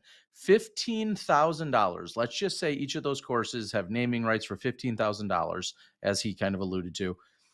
And you have $15,000, and I divide $15,000 by the 182 professionals on the DGPT side. That comes out to $82.42 a person. That in theory, he's taking, let's just say we're again oversimplifying it. You're taking away roughly $82.42 a person if all that money was going straight to the DGPT side. So if you went to every single professional on the DGPT side, all 182 of them, that's 136 women or 136 men, sorry, and 46 women, and you said to every single one of them, hey, can we reduce your payout by $82? And in doing so, well, it would have to go by every single person. But anyway, in doing so, you'd play. Uh-oh, Terry. I'm assuming he say, oh, go ahead. You're back. Oh, sorry, you there? Yep. You just broke up for a second. Oh, I'm just saying here again, I'm just playing devil's advocate and oversimplifying everything. If you took out 15 grand and you divide that up among exclusively just the pros and said, hey, you're not going to play this course, and therefore the event's going to lose out on 15 extra $1,000. I feel like our 182 DGPT players would all be like, that's okay. Yeah. Like, Probably. That could be as well. I don't know. I understand there's a lot of good, solid arguments here. I understand the value of course naming rights and of sponsorships, and then also when you have multiple courses, you're fitting on more people in a better way. Like, I get all of that, and I know they pay an insane amount of money to be able to use Wild Horse as a venue for the weekend. I get all of that, so I'm not naive to those things. I just think that from the Pro Tours players' perspective, they really struggle with wanting to play 3 different courses over the 4 rounds. So we'll see. We'll see if that matters. If there's a direct consequence, and if they got paid less but played one less course, who does that impact the most? So great question. Anyway, hats off. Like we just said, the largest paycheck Paige has ever got for a non-major victory, and the largest stateside paycheck Eagles ever taken. And Konopiste was what a major, or a major. I was gonna say World Tour, a major event. So they're doing a lot of things absolutely right. And I will also say this: when Jeff Jacquois walked up to Paige just after she had won, he handed her an envelope and said, this is for a helicopter tour ride valued at, I think it was like $1,000 or $1,500. He's like, don't lose this. This is the actual, stuff you need, but handed her that in addition to all of her payout. And I'm pretty sure Eagle probably got the same. So if not, this would be really awkward, but I'm pretty sure, I would assume he got the same. Wow. So just incredible. They really, really put on an incredible show there. So anything I say is in no way meant to, these are good discussions to be having. I mean, we saw this weekend with, everything from I don't want to call it a boondoggle, but the discussion about, media rights and who has to pay for filming, and Brody kind of brought it up in his in one of his Instagrams or Twitters. I don't know exactly where he brought it up, but more or less saying, hey, I was told I had to pay $5,000 by somebody on staff, and then the Pro Tour came out and said, oh, no, that's not the case. That's not the case. I mean, I think there's some things to be ironed out yet as far as the event and any event and the Disc Golf Pro Tour and media rights, where that money goes. Does it go to the purse? Would it go to sponsors? Does it go to the volunteers? Does it matter? Yeah, I mean, it might to the players. That's a lot of money. It is. I'm just saying, like, what they charge though, and if they charge, and again, I'm going to put on my TD cap. I know, and say, if I charge you $19 for parking, or I charge you $7.27 for parking at my tournament, I don't owe you an explanation. That's how much parking is. Like, correct. I mean, wherever that money goes, maybe $6.22 of that's going into the payout. Yeah. It could go wherever, but those, I mean, those are rules and stipulations of the event that you're signing up for. So, Correct. And I think there needs to be these things just need to get ironed out, is what I'm saying. A lot of the of course, confusion and the discussion, and it'll make it a smoother transition and ride for everybody. So, because yeah. yeah.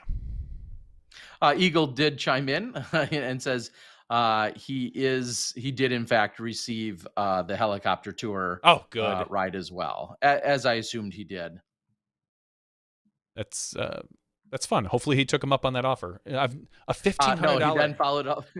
He then followed it up and said, "Too bad I'm deathly afraid of choppers." Oh, So really? I offered up to him that I would work out I'd take it off of his hands if he needs to, as I'm Yeah. sure other people have offered. I'm Anyway. sure they have.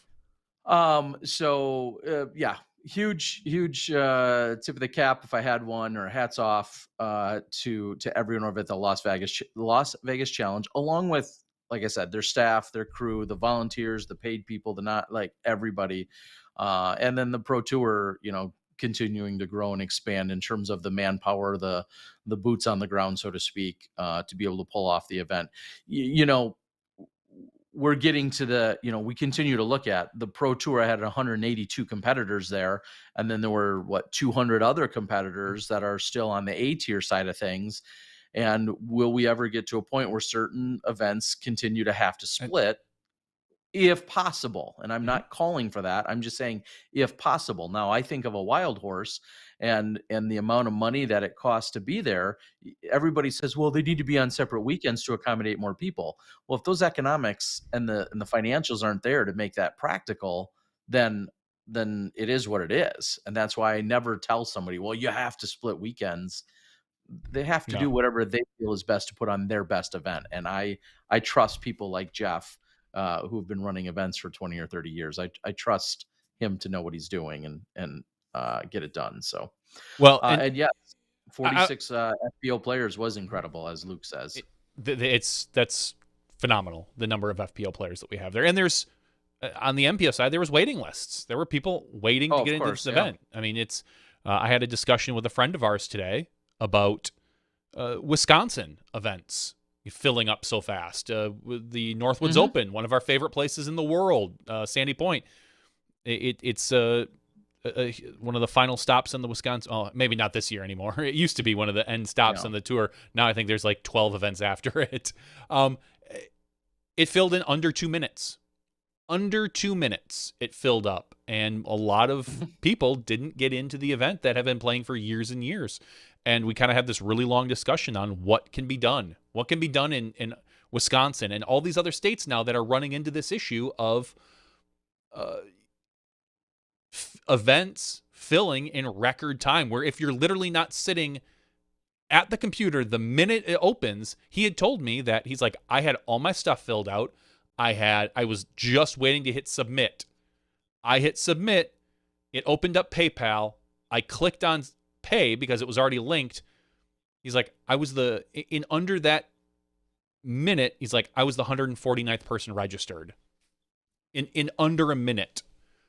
And he was saying, what do we do? How do we get around this? What do we, does it make sense to start raising entry fees? Then you look at it and you're pushing away new players when you do that. I had said, does it make sense to start tiering registration? Does that make sense in a state tour where now do you give the people that are 1,000+ rated priority? How does that work for other divisions? For an MA 40 division, an advanced division, which whatever that's called these days, an intermediate division, or as I said, you need to start opening up more events.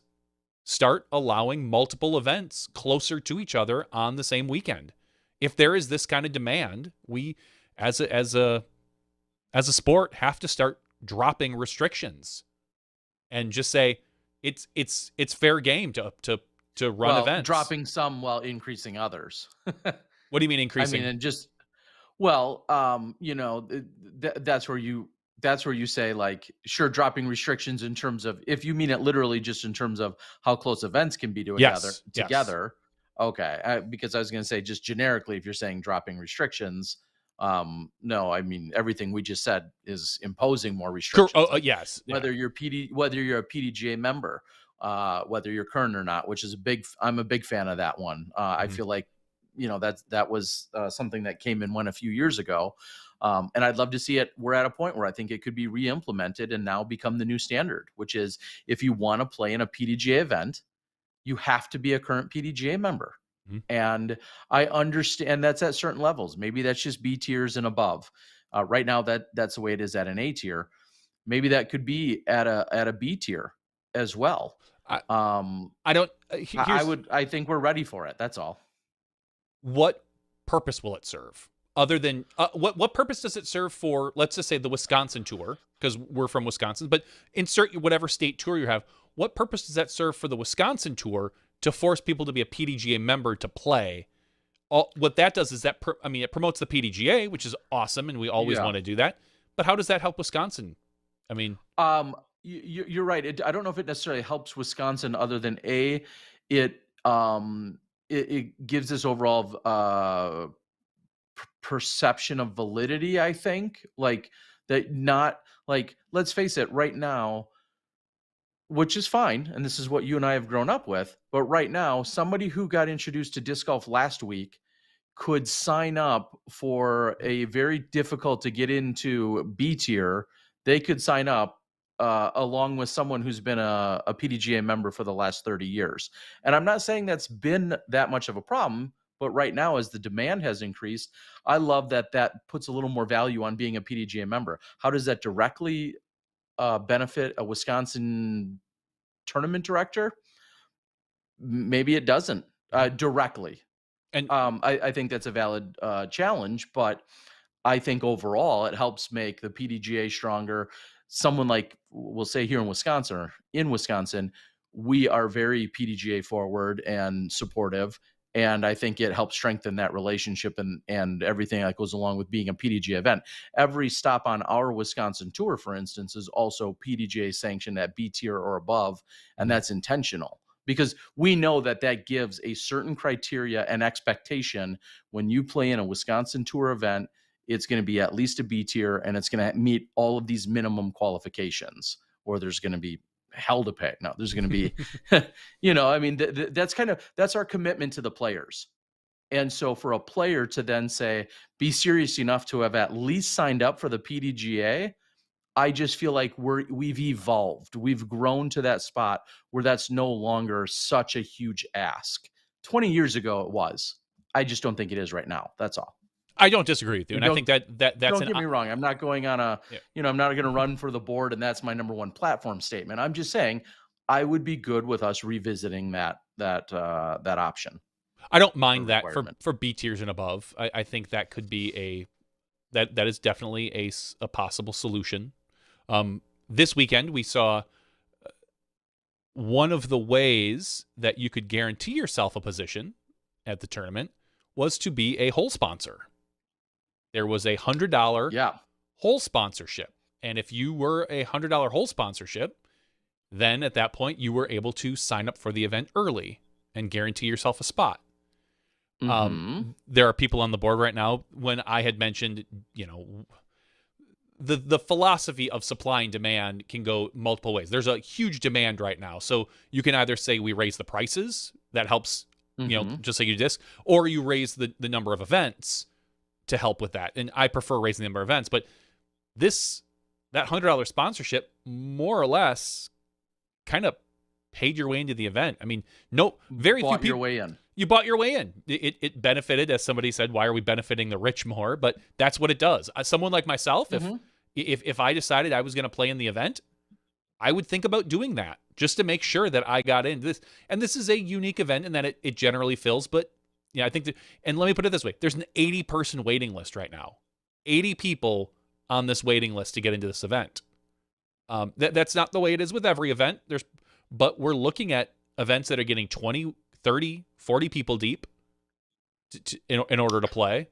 Yeah, well, at a certain point, you just I'll say this as a TD, don't even like turn off your waiting list. There's no point having Of it 80, course.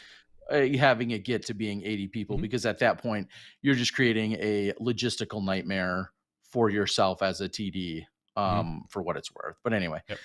um, so I'll pose the question to you as I am finalizing details for an event I'm running in probably a month now. Now that I finally have some other park details squared away, I'm really torn. I've been running tournaments for 23 years.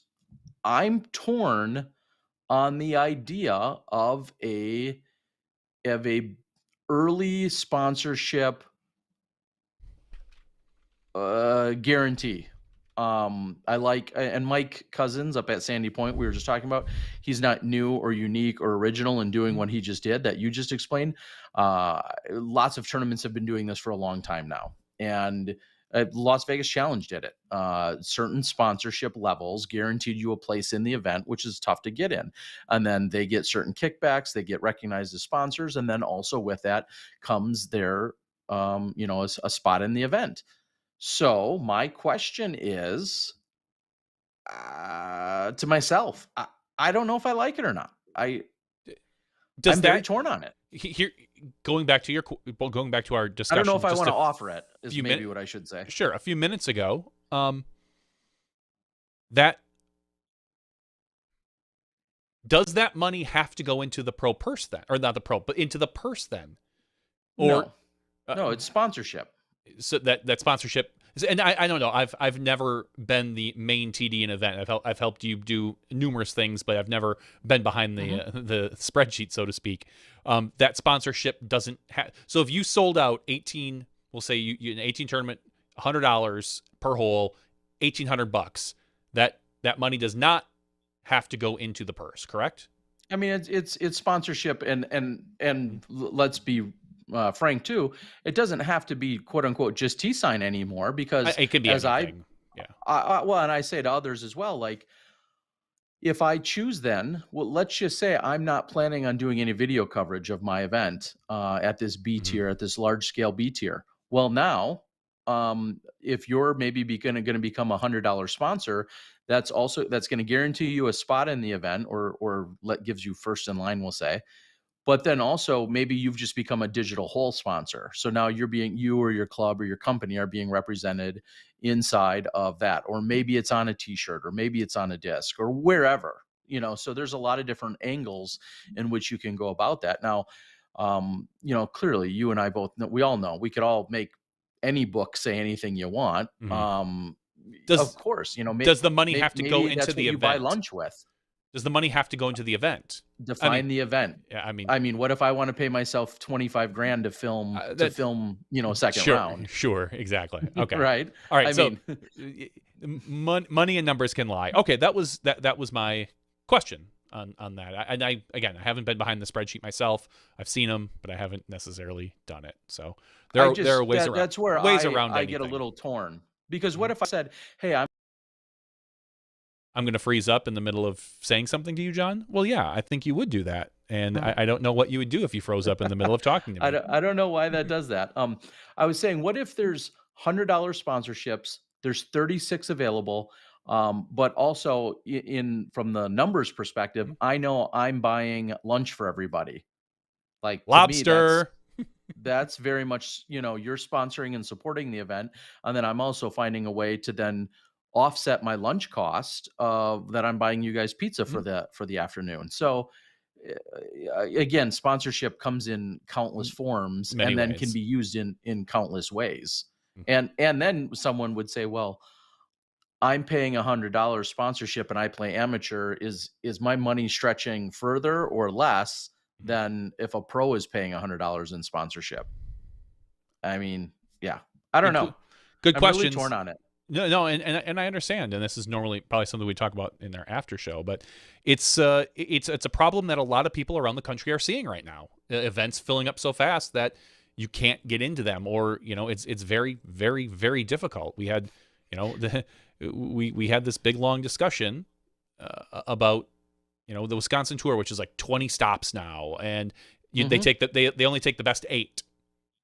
and it For is your, yeah, for the tour finale and for or your the tour points. championship, the points, and is that now a challenge of, you know, who wins the tour is the fastest on the internet? Because if you're the fastest and you're getting it, is that fair to people? And there's a lot of questions to be had, and I think that I think we've said it a couple times. We've seen explosive growth over the last year and a half, and it's going to take a while for other things to catch up. Courses, tournaments, you know, a lot of these events were being planned in the middle of last year already. And you can't just, I mean, you can throw together an event, but it's not always that easy, and it can't necessarily, you know, it might not be the best idea to just quickly at last minute throw together an event. I think the solution ultimately is going to be more events being run. I think we're going to see more full-time tournament directors if this holds up. You know, being able to run an event, we'll just say 30 weekends out of a year, that's a possibility now. Yeah. I agree with all that. And, you know, as the board is saying, that's where I have a little bit of a challenge too, is thinking, I don't think just the people with the most amount of money should be guaranteed the access to playing in I do. tournaments. You know, as capitalistic as I am, I can understand and I can agree. But I mean, how granular do you want to get on that? Yeah. Well, I only have a cell phone, and that's how I register for tournaments. And so does it with their T1 connection or their fiber connection at home. They're going to get in before the guy with his cell phone is, right? I mean, and is Yeah, that of money course. based because that guy's got a much better internet connection and a better phone, and here you're using your Amazon Kindle from 7 years ago? I mean, like, if you really want to break it down, we could get really particular when it comes down to dollars and cents. I mean, Mhm. it all there's a cycle Uh, here. So, certainly is. um, And obviously I'm only joking. I don't think necessarily the richest people should be able to get in first, but it is definitely a way to guarantee yourself a spot in some well, events. yeah, and, yeah, and you know, Right. somebody's talking about bidding wars and lottery systems. We've seen the lottery system is implemented at Beaver State Fling. Mhm. We've also seen a kind of a lottery-based system that's maybe based a little bit on like volunteer hours or club manned hours and things of those types. You know, where it's like, hey, you were a good steward of the course or the club or the event for many years, and therefore you have a leg up on possibly getting Yeah. in. I mean, there's a lot of ways you can look at it. Of course, and And, there's and I can be bribed. I have a that number for everything. that I was just going to say any solution can be worked because Manipulated. you Yep. could very easily turn to me and say, oh, hey Johnny, you're one of my best friends. Oh yeah, I'm sure you got enough course hours in, wink wink, and we'll make sure to get you in. There's always ways to bend the system, unfortunately, short of just probably a pure lottery system. So and maybe that's what Well, we end up going to. think about, and this isn't new either. Think about the people that have been like, I've played that event Yeah, the I last 10 I years said the same thing. and I won it. I've won it 3 times in the last 10 years. And you're Mhm. telling me here in year 11, I'm shut out? Yeah, kind of Yeah. right now we are. Hmm. And we both know that if Paul McBeth wants to get into a tournament that's sold out, there's a good chance he's going to find a way in Yeah. over Johnny V. Like, I'm just saying, I don't think so. Not over me. yes, every time he will get in before you do, every I single time. I don't know. And then we could argue about, well, is that better for the sport? Is that better for Paul? Is that better for Discraft? Is that better for the event and the club? Like, Yeah. who's benefiting the most if Johnny V's there versus Paul McBeth? I mean, again, I feel like every argument somebody wants to bring, I could make an equal counterpoint to it that maybe is no more right or wrong, but a counterpoint to it. So, anyway, that enough of that chatter. But yes, Luke that Butch is says that ghost that's holes. shut it, Luke. Uh, No, don't ghost hole. And here is my word of advice. oh, And oh, all right. I am qualified. I'm qualified to say this after 20 some years of running tournaments. I started when I was a teenager. Do not, I've made this mistake, and so do not do this. Do not add more holes to get in more people at the last minute. It diminishes everyone's experience except for the last 4 or 6 or 8 people that want to get in. If you have 18 holes and you're planning on 4 people per hole, and all of a sudden you're like, well, let's add a 19th hole. Now You've just created a problem for, we'll say, 52 other people on the or course. 72 other people. 72 72 other people. Yeah. So 4 more people can be maybe happy. And then when one of those 4 ends up quitting in the middle of his day because he had a crappy round, that's, yeah, don't do that. Don't do that. Okay, let's talk a little bit. I mean, we already discussed the Las Vegas event. Eagle wins by 8 strokes over Ezra and Kelvin. One of the questions, Paige wins over Katrina. Kind of, she has made it close at the end. Well, going into that 18th hole, I kind of thought, all right, she's got 2. She should have this without a problem. And she proceeds to throw out of bounds after twice. Was it Kat that threw? No, it was. I don't remember. No, Paige threw out of bounds. And Paige threw first, and then Kat threw out of bounds again. Yeah. And do you have any of those queued up that you could find those by chance? And here's why I asked. I don't. I actually just here got rid of a lot of that stuff this afternoon. Here's the discussion point. Someone reached out to me privately, and I didn't even get a chance to reply to them. Someone reached out to me privately. Maybe they're watching now, and they were just questioning me and said it seemed as if one of Paige's spots was generous in her favor. And I hadn't replied yet. And here's my unofficial reply. I didn't see it. I didn't see the spots because as soon as we were walking up the 18th fairway, I had grabbed a microphone and I had to go find the other cameraman. So I was kind of paying paying attention to the actual play, but I was also getting set up for what I assumed was going to be a final interview with somebody. And so I didn't see the exact position where she threw out and then where she took it from. But I have now been questioned more than once about it. And that's the only reason why I ask. And I haven't gone back to look. And maybe somebody on the board can attest to this. I don't know. Here's what I'll say about that. There was a spotter right there. I'm fairly certain that marked her OB and gave her the spot. All of her competitors agreed on that spot before she threw. So, I mean, at least I'm assuming she's not just going to walk up there without talking to them.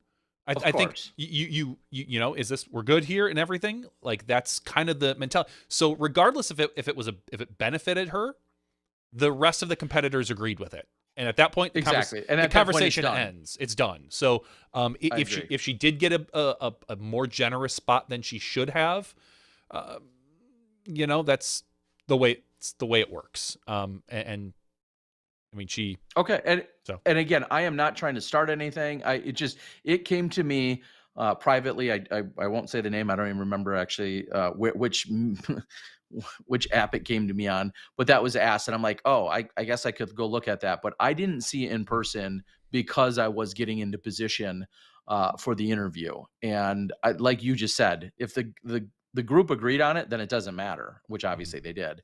At that point, it's a moot point. But more than one person now I've seen, since it was brought up to me, another person I saw post about it, and that's as far as it got. But like you said, it's all done and over with. But nonetheless, 100% exciting. Yep. Kat and Paige, like this timeless battle. I mean, it's not going away anytime soon, and it's always a pleasure to watch. It is, certainly. Is it? They create a lot of drama, and Kat and Paige going back and forth, but they're crushing the rest of the field. I mean, we're talking 16 strokes over 4 rounds. Yeah. Is that? I mean, is that good? Question mark. Like, I mean, you're walking into almost every event right now saying which one of these two is going to win, and that's it. And granted, again, we're unique right now because we don't have the European contingent that is coming to compete right now. We're waiting, and we might have to wait all year. This might be a whole year of Kat versus Paige, Paige versus Kat. And then maybe every once in a while Haley kind of pops up there, or Jessica Weiss or Owen has a good week, or Sarah Hokum, you know, she tends to play better when the courses get a little bit tighter, and you know, you kind of see that. But I mean, it's a two-woman field right now, it feels like, and there's something about that feels bad, but there's nothing you can do because they are the best. Those two women are the best in our sport right now. Europeans, settle down. I'm just saying, because we can't see them right now, and they're not competing with Kat and Paige. So, and again, I mean, that I don't think that I know that gets said a lot, and yes, we would love to see them here and challenging. I'd love to see everyone, you know, step up and challenge them now. And I'm just kind of getting tired of hearing, well, they're not here and they need to be here. Well, of course they need to be here. They want to be here. Of course we'd love to be them here, and they want to be here. But I'm saying, let's not make it sound like, well, they're the only, you know, they just have to strap on their capes and they're going to be here. And then all of a sudden, like, just that's going to do it. Like, I'd love to see 5 or 10 or 20 more women come from anywhere and you know, be in the mix every single weekend. And I know I'm preaching to the choir to all the other women that are saying, hey, we're trying, you know, a-hole, shut up. We're trying to catch them. But let's get out of the habit of just saying, well, the Europeans aren't here, therefore, until they get here. And it's like, I'd just love to see anyone show up from anywhere and continue to challenge them. I don't know. I mean, but yeah, I think incredible performance. Yeah, I think Waco, you'll probably see, if I had to take a wild bet, Sarah Hokum probably step up a little bit better. She navigates those courses and that type of environment very well. Seeing, you know, I think Haley King is kind of a coin flip at this point. Sometimes she performs very well. Sometimes she can kind of, I'll use sprinkler her disc in the woods at times, but she very easily could compete at Waco. But walking into these mainly open courses, there's no chance. Like you basically kind of write off most of the other women right now. So I'm looking forward to the great battles that we're going to see from Kat and Paige. It's all again. Yeah. I mean, we know that more can step up and challenge and beat them. They can. They're just, no one's doing it with any regularity or frequency. And no, they can't. If that starts to happen. That's no, the rest. I'm sorry. In these courses, no, they can't. There's not one woman on these courses, on these open courses, that can compete with these two. Period. Unless Haley can. Maybe. I mean, she didn't this weekend, Maybe. but I mean, no, she's proven she can. Haley has to have almost a perfect weekend in order to compete on these courses, because the way Haley's aggression, she throws very far, she can putt very well, but she is not as controlled as Kat and Paige. So over the course of 4 rounds on these open courses, and I say that knowing Paige is, like, as she said, the most OB stricken woman in the field, but Haley just doesn't have the consistency to compete over 4 rounds. And I'm looking forward to the wooded courses where we do see a little bit more of the score compression than these courses, because then, you know, this one, or even what we would have seen at Memorial, I feel. So I don't know. It's got to be tough. Really does. And of course it is. I mean, they are they are way out in front of everyone else right now. That there is no doubt about that. I agree. And yeah, Paige Shue took it down just a couple of years ago as well. But she did. We shall see. So I want to also talk about. I also want to talk about maybe get your reaction a little bit to the Paul McBeth news. This broke right before LVC. I think it was on Wednesday, right after the podcast. Jerks. And 10 years, $10 million. There was a 13 or 13 minute video about kind of Paul growing up and what that all, you know, what drove him and kind of his history. My understanding is that it's 10 years, 10 million plus incentives. He still has a little bit extra room in there for disc sales and event bonuses and whatnot, you know, probably worlds wins, majors. You know, I personally think he should just go around and crush B tiers for for all those bonuses. But Mm-hmm. he's not listening to me. I don't know why. No, I don't know why either. You have such great advice. This show has proven. Always, always. What do you take from this, if anything? It's funny to think that, as excited as people like you and I can be about the concept of a disc golfer making that kind of money. And this is obviously the nature of hedging your bet, betting on yourself, all those other cliches, along with just the unknowns that might be a steal for Discraft in 5 years. It could be. It might be. I mean, it sounds like an insane number to disc golfers, to especially old school disc golfers right now. It is an insane number and unprecedented and all those other cliches again. But I immediately I thought, wow, that's a long-term contract, and in 5 years that might be way undervalued. Like, with the growth that we've seen and hope to continue to see, I mean, what happens? Let's just fast forward and say 5 years from now, it comes out that Simon and Eagle and Ricky, they all have fresh or new negotiated contracts, and they're making 1.5 or 2 million a year. Mhm. That's no longer crazy. And Eagle said it perfectly, and Paul has been a big proponent of this. He says, if my numbers are known and it sets a bar and it sets a tone, and that, that higher tide rises all boats, raises all boats, all that kind of stuff. If it does all that, he's happy with that.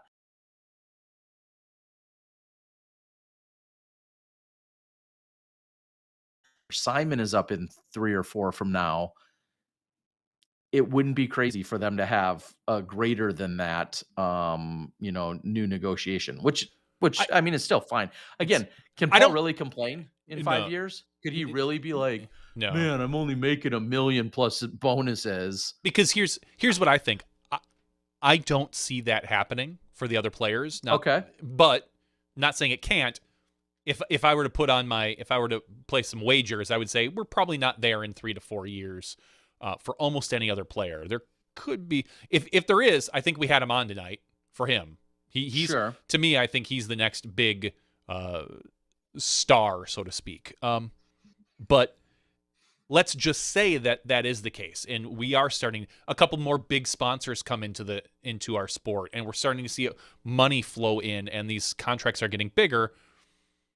If Paul is making incentive based, if it's $1 million base and then he's still making incentives, if the sport is that much bigger, the incentives will be that much bigger for him. So I don't think he'll be complaining so much in general.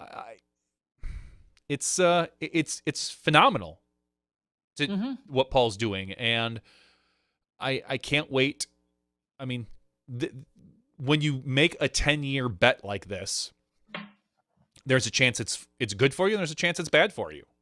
I mean, it's the nature of that length. Yep, and I'm not even talking something like an injury. If Paul were to, heaven forbid, something were to happen to Paul in 2 years, and blows out an ankle or something crazy. I'm talking just in general. Like, what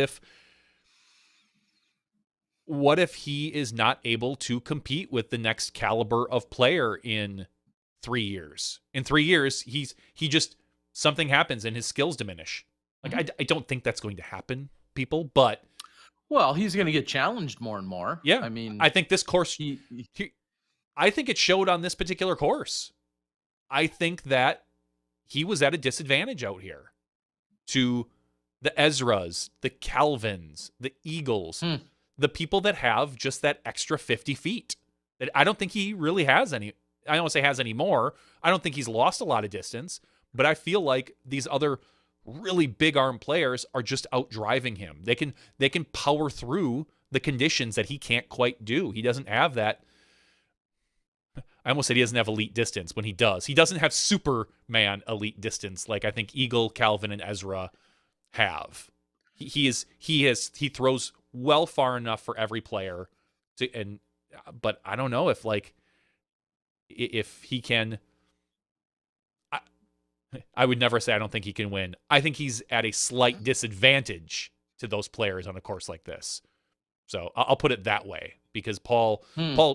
was in it up until the middle of round 3 when Eagle kind of just started running away with it, and really gave himself that, what was it, like a 5-stroke lead going in over Paul or something going into the final round. I don't exactly remember what it was, but 4 strokes. So, and sure, Eagle could have faltered, but I don't know. On a course like this, I was watching Paul's discs and I was watching Paul throw, and it did not look nearly as powerful as the other guys on his card. So, I um I saw a few dozen MPO shots this weekend Yeah. due to my obligations. Um, I feel like it sounds crazy to It hear you say it does. that Paul was disadvantaged on these courses. I Uh, without seeing the play, I'm gonna just not agree with that. He was flipping over We can agree discs. to disagree. Yeah, he was flipping over Okay. discs. He was, and maybe it's a thing, but he was shorter than a lot of the other players on a lot of these long par 4s. He was, and it That's sometimes fine. sometimes it was but 20 don't feet. I Sometimes it expect him to was. score the same. But I I do. expect him to score the same. I do too. That's my point. But that Yeah, I doesn't. mean, if That there's a 780-foot par 4, I expect Paul to take the same 3 that Eagle or Ezra or that doesn't. you know, That doesn't I mean it's just as expect easy. that. Me too, but Well, it of doesn't course mean not. it's as easy. But I expect So, it. I so expect him to still do it. if it's not as easy, then he's at a slight disadvantage, and that's all I'm saying. Like he could have won Okay. this without a problem, but he just. Well, we could also say, well, I think Eagles putt that never gets off center chain and hits right in the middle is a slight advantage too. I mean, well, like, let's face it. yeah, that's true. Anyway. That's cheating, Eagle. That's cheating. Yeah. All right. So uh again, awesome show by everyone, and we talked about the great payouts, all that good stuff. Pro Tour, of course, picks back up in 2 weeks. We'll be in Waco for that event. And then this weekend, when we'll touch on this, largely because I'm here, I'll say as well. But a real staple that's been in disc golf for 30 plus years is the Memorial Championships, taking place this weekend down here in Scottsdale, Arizona, and Fountain Hills, Arizona. Now, I would like to assume that everyone should realize we're back out at Fountain Hills, where we just saw the All-Star Weekend taking place. No, the 9-hole configuration will not be a thing that we saw All-Star Weekend. It will be, in fact, the regular 18 that we see for the Memorial layout. Coming up here this weekend. 2 rounds at Fountain for our MPO and FPOs, 2 rounds at Fountain to start, and then 2 rounds at Vista to wrap things up. And Eagle said it, we don't have every top player, but this event has a large majority of them. I was just going to scroll and take a quick look as I'm looking and sorting by the ratings.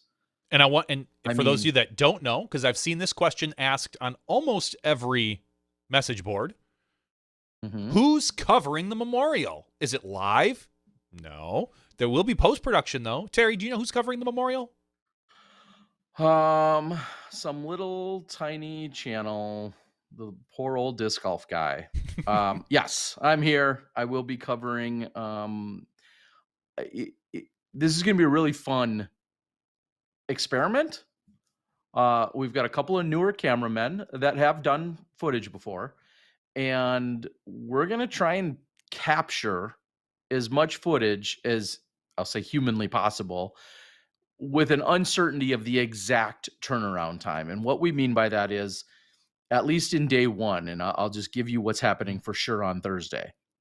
For instance, on Thursday, the opening round, right now, we are planning on capturing an FPO card. I think it's one of the first ones going off, capturing an FPO card, and then a few hours later, turning around and capturing the second to last MPO card, and then the very last MPO card of the day. So although there's going to be 4 or 5 of us working cameras, when it's all said and done, we're going to capture 3 separate cards of footage. I don't think it's humanly possible with the amount of computers and or editors we have, which is really 2. that we're going to be able to turn around and get out, obviously, every single bit of footage the very next day. But the goal, I use that term strongly, the goal is to get out at least 2 cards of coverage the next day. We're kind of gonna maneuver our best to see what can happen. That's the promise that I can make. We were not contracted by the event. We were certainly in talks with them, and have their agreement and blessing and all of that other stuff. But we're intentionally we're kind of taking it as we go. So I don't want to just say I'm trying to set the bar low, but I want to manage expectations. Is You, what I in a long-winded way is what I'm trying to tell you right now. so you would foresee at least 1 card next day coverage every day. 100%. Okay. No matter what. I think One that's card. If yeah. we don't do that, then we're definitely failing you. That much I Okay. can promise. This computer would have to melt. We'd have to have a lot of really big problems. But 1 card of guaranteed next day coverage is just that. That should be guaranteed. Anything above and beyond that will be bonus and extra midnight oil, so to speak. But yeah, 1 card for sure next day coverage is Okay. the bare minimum. I think that's what a lot of people want to, pretty much want to know is, will there be some next day it's coverage? a fair question. Yeah, it's a fair question. Because you are now, unfortunately for us, one of the smaller channels out there compared to like your GK, your Gatekeeper, Jomez, CCDG, and you have been known at times to go to events and just not do next day coverage depending on what's going on. So Correct. I think that was the question I saw from a couple people: who's going to be there, and will there be next day coverage? I did say you were going to be in attendance, the disc golf guy, Terry Miller, but I could not guarantee next day coverage, but I did think you were going to do it. So I'm glad. Yeah, I mean, glad we got that cleared that's up. a very reasonable expectation. Now, I'll also go along those lines and say my stuff's not nearly as fancy. I have a very small crew of a lot of newer guys, and no, you don't get a lot of the fancier stuff. Obviously, that you see with Jomez, they're on another level. But GK Pro, Gatekeeper, they continue to step up their games. They've committed to full-time post-production coverage, through and through, and have these long-standing contracts and opportunities. My channel has not been Your priority. as developing. Yeah, it's not been a priority, and it hasn't been developing as much. That's not to say I don't want to go out and do a good job, but it's no secret. What I offer isn't quite as polished or as fancy as what a lot of those other channels do. But you're going to get good coverage, pretty good camera work, pretty quick turnarounds, all that good stuff. And like I said, it'll be at least a guarantee of 1 card per day, if not more. Are we going to get So. some snarky commentary, though? Depends if I get beverages in me. No, Okay. No, because now to be fair, most of my snarky or attempts at being funny usually come when I'm solo, and that's just that. Like, Yeah. I don't have anyone else to play off of, so I make myself laugh, like I'm doing just saying that. But if I have any kind of co-commentator, I'd like to feel like usually there's an ounce more of seriousness within it. So that's the plan on that end. Okay. So a couple things I want to throw out, since if we're Yep. going to lob it in my court for a Let's moment. do it. One, if you do want to support me and the coverage, obviously Patreon is a great way to do that. Just in general, Patreon is going to be a huge asset to helping making all this coverage happen. 2, if you or your club or your company have either a commercial or something you want to do that we could incorporate into the broadcast, and you'd like to support it and get either a shout out or a transitional page or something like that, again, reach out to me. I'd be interested in hearing what you're thinking. And those are the 2 main things. And then already a huge shout out, namely to First Light. Those guys graciously worked with getting some accommodations and helping set up me and the crew to really get us to commit even to the idea of being here for the week. So huge shout out to First Light. Those a bunch of Arizona peeps that are just so kind and gracious, and I talk about them all the time. Dan and Boyd and those guys really appreciate it. So yeah, so that's the Patreon and or reaching out directly. If you want to, get a transitional page, like I said, or a lower third, or you've got some kind of contest that we could seamlessly work into it, those are all types of ways that I could throw back support your way if you choose to support us financially with the coverage this weekend. So, Yeah, as Tim there you Court go. says, just sell that Sexton Firebird you got. No, that doesn't sound like a good idea at all. What So for those of you that don't know, I stand in line, I get a collectible disc, then I have to sell it so that I can work hard to give more free coverage out. That seems backwards in disc golf. It but, does. Do you plan on selling the commemorative disc? Oh, shoot. Darn it. It's out. Oh, no. Oh, it's not out of hands reach. And so you got one of the last. Now they gave the Sexton Firebirds first to volunteers, so they had the first of the event. They had first picks of them, and what was left, apparently, there was for the general public, there was one whitish one, yeah, a smoky white, we'll say, with a black stamp, which Terry's holding up right now. And fill everybody in, Terry. What exactly have you been seeing those go for over the last 2 to 3 days? I'll say I've had a couple people reach out with some offers, and there's some. Oh, you got a second one?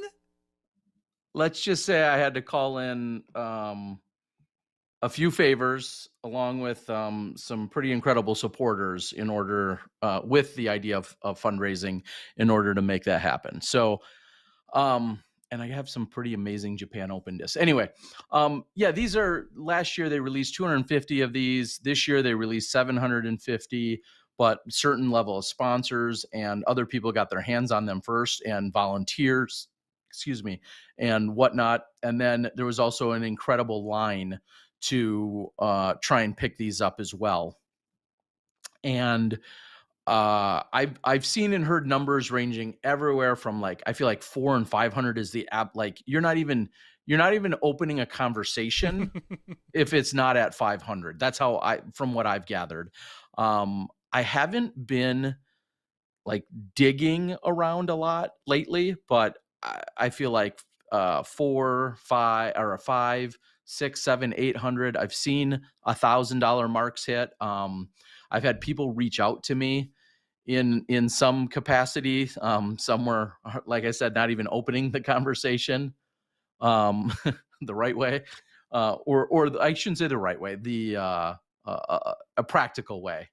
And everyone that knows our podcast at all knows I'm as much of a hoarder and collector as I am a seller. So the thought of letting one or both go, I let both of mine go last year, and I regret not keeping one of the two.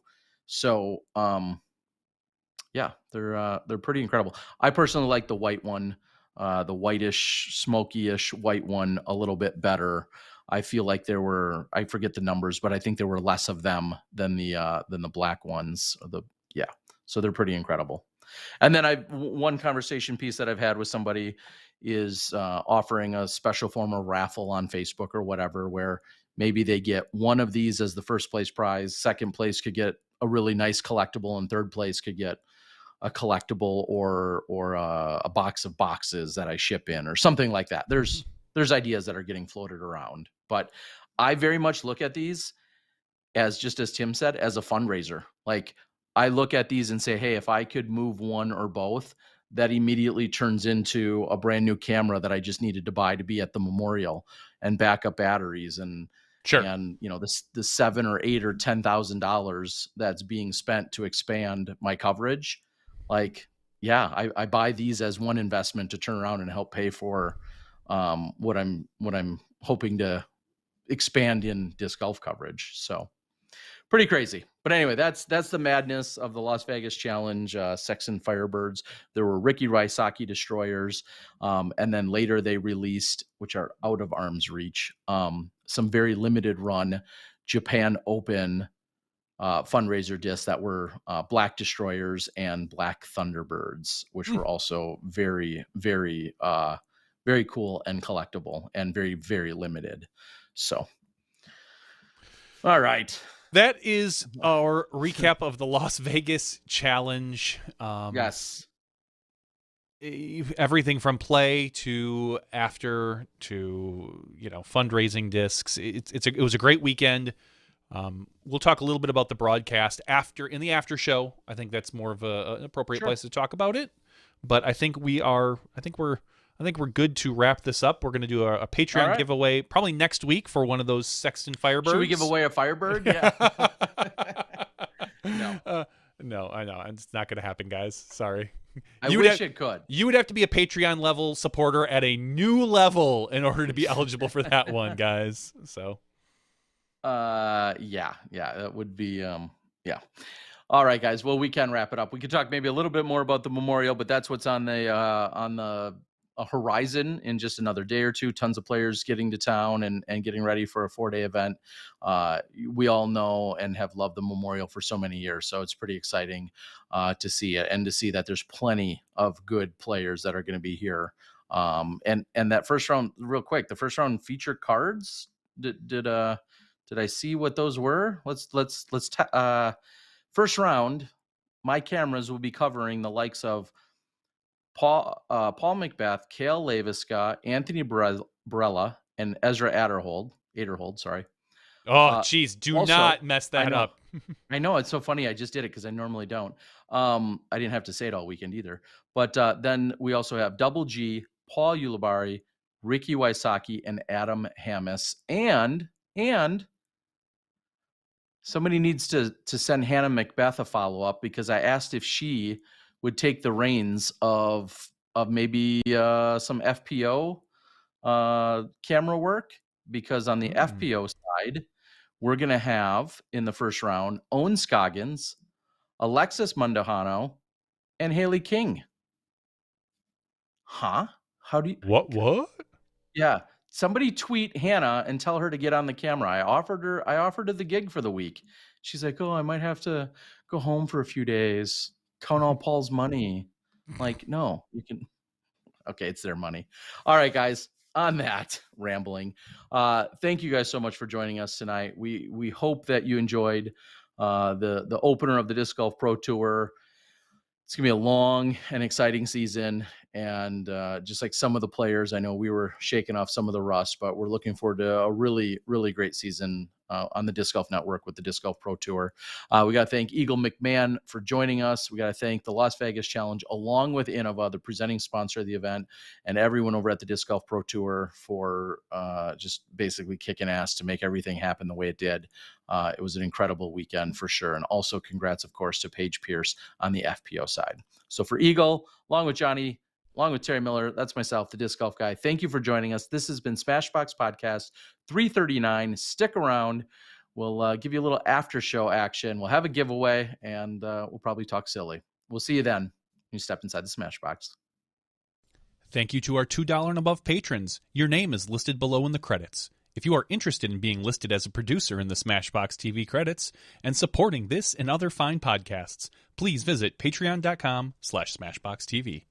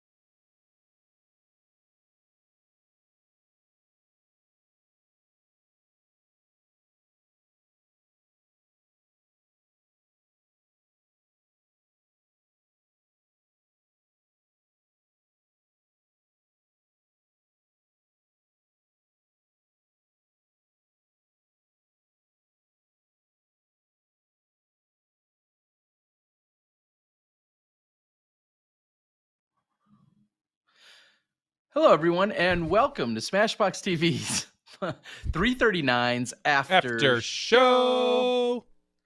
Yeah, thanks for the heads up on that one, Johnny. I just got done. I didn't know if you had my audio still on, but I said if you're talking, I can't hear you, and you didn't count me in. No, because when I was quickly adjusting the audio for Eagle, I can't remember the settings that I had it set to, so I was just like, we're going to wing it. I'm not going to give him a countdown. We're just going to come back, and we're going to see. I waited till you were kind of looking at the screen a little bit, and as opposed to anything else. Yeah, thanks. You're welcome. Yeah, I mean, normally I have my finger at my nose. So, all right. Awkward. I mean, when I get wild in hotels when I'm on the road, let me tell you. Anyway, well, welcome everyone. We're here for the after show.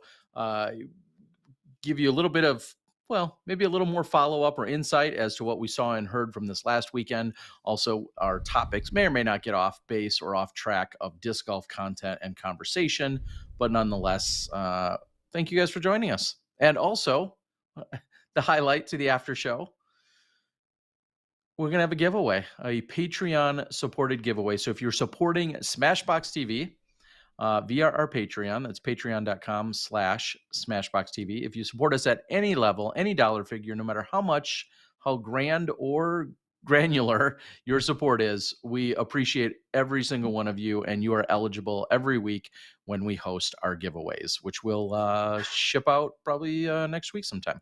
Yeah, we did not do a giveaway last week, but we are going to do a giveaway this week. I actually have everything pulled up, so which means probably we can either do 2 this week or we can do 2 next week. It doesn't matter to me, Terry Miller. Maybe we'll just do 2 next week to keep it a little less confusing. I want to address right off the board, right off the bat, I should say. Also, we love in the after show because we do our best to follow along even more closely with the YouTube chat, the Facebook chat, whatever. So if you have direct questions or topics, again, golf related or otherwise, please put them in the YouTube chat, and that'll be our easiest way to see them and directly interact and answer you. A couple of people were asking, someone asked about the Disc Golf Pro Tour cameras, and now someone Jason here follows up and says, how much does my camera cost? The Pro Tour, along with Jomez and GK Pro, are all using I believe the same model. It's a Sony something or other 150, slightly larger camcorder, and that's about 28 to 2,900 brand new. One of those. I have a slightly smaller version, which happens to be right here, so I'll show it to you. A slightly smaller version, which actually has pretty similar, maybe even in some ways better specs in some minor ways. This Sony, I have a Sony. He's going to drop it. HXR, like H or X90 or 80, X80. This little guy, like I said, specs out pretty similar to what everyone else is using. It's just not quite as large. These come in at 2,300. There's pros and cons to both. I personally went with these simply because fitting 2 of them into a travel case and going somewhere is much easier. And more often than not, I fly to a lot of places. So that's why I was a bigger fan of going with a slightly smaller version of the Sony than what those guys are using. So I hope that answers your question. But yeah, one of these brand new, and I'm going to get into it for just a sec. One of these brand new, you're looking at 2,300. I just bought another spare battery today. The larger batteries that should last you a whole round. A spare battery runs 135. Spare battery. You can go with a knockoff, but you never know how good they're going to work. You could get a knockoff for $20. That's the best frozen. No, and I've just learned that it's not worth risking anymore. So you're looking at 135 for a spare battery. You're looking at, I don't have it right here, a microphone, an NTG1 Rode microphone. You're looking at $250. Did you for this little guy? Did I hear that you let the Pro Tour borrow those mics this weekend? They borrowed one for camera 4 because we didn't have another one in, and so rather than using the onboard mic, They use that exact microphone. A couple XLR cables, you're talking 10, 15 bucks. You want a little filter that goes on the front of this. That's another 10 bucks or so that goes inside of there. I bought rain covers for these, which insanely were $199 just for a rain cover for each of them. I bought the extended warranty, which is the smartest thing I can do. 4-year warranty. That's another $200. So you're looking at a monopod. You're looking anywhere from like $20 to $250, depending on how fancy your monopod is going to be. Psst, don't get the $20 one. They work in the right situation. I'll tell you that. I can't carry it. Again, same thing. If I'm going to Croatia, hey Dinko, if I'm going to Croatia, I can't bring you need the smaller a monopod head that weighs 7 pounds, and then the actual stick weighs 3 to 5 pounds. You're talking about 10 pounds just in monopod, and that's for one, where you could get a $20 one, and if it gets you by for the weekend, a $20 one, weighs as much as a disc. So those are options as well. When it's all said and done, and that doesn't include all your SD cards. That doesn't include the hard drives you're going to then put that stuff onto. That doesn't include another remote sensor to possibly help you work it a little bit better. You're probably going to, a lot of our people will use a hood of sorts. This is a little that's like a sun protector is what that is, that hood. $50 depending on the name brand of those. Is that everything? Camera monitor? Yeah. You're talking like $3,500 minimum. Yeah. Per camera per person, or camera setup when it's all said and done. So if that gives you guys any kind of insight or answer out there, and I feel like that's all like very practical budget wise. Terry Miller, your internet is trash right now. You're talking minimum, or roughly about $3,500 per camera operator per setup out there. A case, a Pelican case runs you $200. That just to keep it all safely in, you're probably going to spend $200 on a Pelican case. Your 100 by 100 internet's been trashed the last couple of minutes, Terry Miller. So just so you know, you keep freezing up. So sorry. Just so you know. Yeah, then you need good internet. And then you need good internet on top of that. And then you need a $1,500 editing machine, and so on and so forth. And none of this is complaining, just giving you guys a little insight. Yeah. So, question from Dust. Were you surprised Brody did so well at the LVC, or did he do as you expected? I'll start first because I said I think he performed better than I expected. I said that Eagle would probably have him by 8 or 9 after the first round when they played together, and I think he only had him by like 4. These are the type of courses where Brody needs to shine. As I said, make hay while the sun shines. They're wide open. They're, as I've said a couple times, they're power courses, and that's where Brody's strengths are. They're in his power game, his hyzers, his forehand. He can throw a mile. He has a very strong throw, but his weakness is still his putt, especially when it's windy, probably because he doesn't have the experience. And it's going to be a little bit more shot shaping. I guarantee it. So, he'll probably perform relatively well here at the Memorial, where there's not a ton of requirements to do anything other than a forehand or a backhand power shot. But when you move him over to Waco, my guess is that he's going to struggle a little bit more unless he dials back the power. And if he does, he's going to lose strokes to people. So I will say he did better than I expected. I was thinking somewhere around mid-30s, and he performed much better than that. I'm very, I want to say I'm very happy, but I don't really care either way if he performs well or not. I'm glad he did for his own sake. You don't own Brody stock. I have no Brody stock, so if he performs better, I do not get a cut of that. So no different than if I don't know, take someone who was in 50th place if they perform better. It's nice to see. He has his game was built for these courses, so I'm excited to see how he progresses over the next 6 weeks. What I think is certainly of note, and someone says, well, who cares? You could say that as well. But it is very relevant in the fact that he finished in He finished in 25th, but I think more importantly than that is he beat 20-ish, maybe 25, maybe 30 people, 40. I don't know. Holy cow. He beat a lot of people that are rated higher than him. I Yeah. mean, he performed above his rating. He averaged, I think, 10.27 golf on the weekend. And good for him. Like good, bad, or indifferent. He performed very well, and he finished in some really solid company, and he beat a ton of people that he's rated lower than. Mhm. So I think in the same breath, you could say this event says something when someone like Greg Barsby, a world champ, and Emerson Keith tie, and they're both outside the cut. Like Yeah. they didn't make the cut for the final day. And I saw Emerson on Sunday night down on Fremont Street.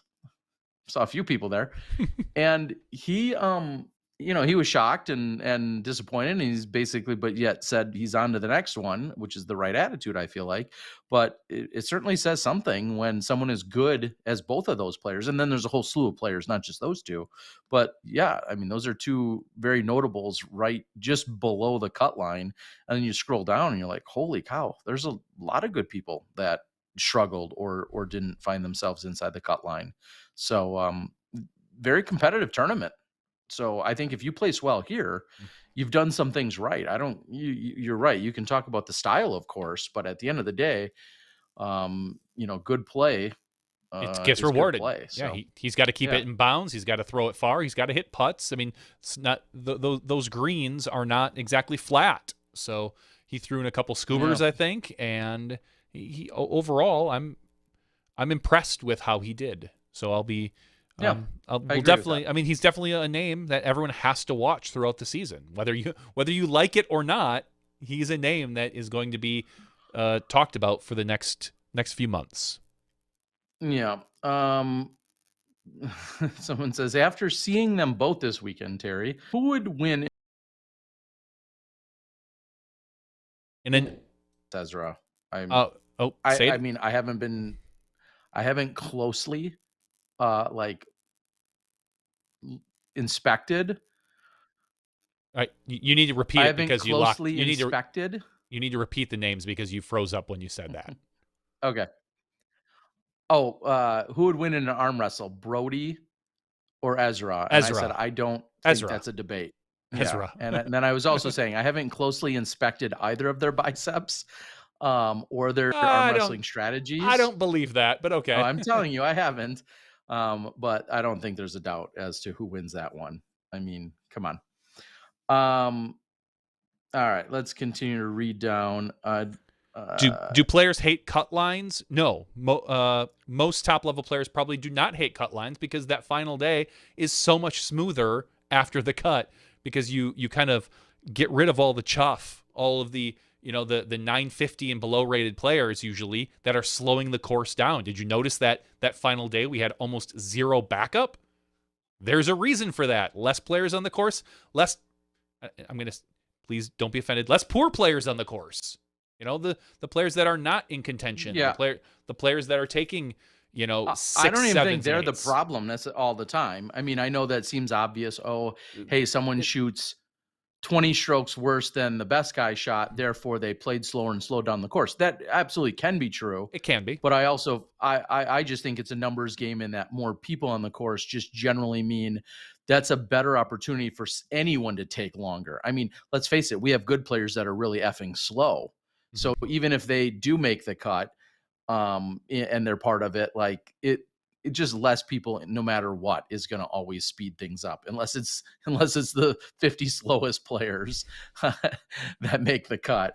But yeah, now here's the raging debate that maybe you've been on top of, Johnny, is there's been a debate, an argument, and some dissension that the cut line to play on Sunday was not the cash line. Oh, yeah, I did see that.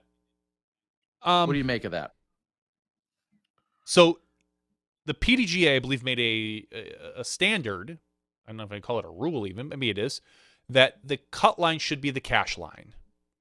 Now, what they had this year were ties for at the cut line position. So the bottom cash technically for after round 3 was tied with 3 or 4 people.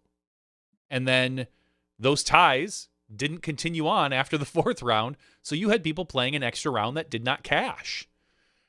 And it sucks. I mean, I saw a few years that happened to Terry Miller at Worlds back in the day. You make the cut, but don't get the cash.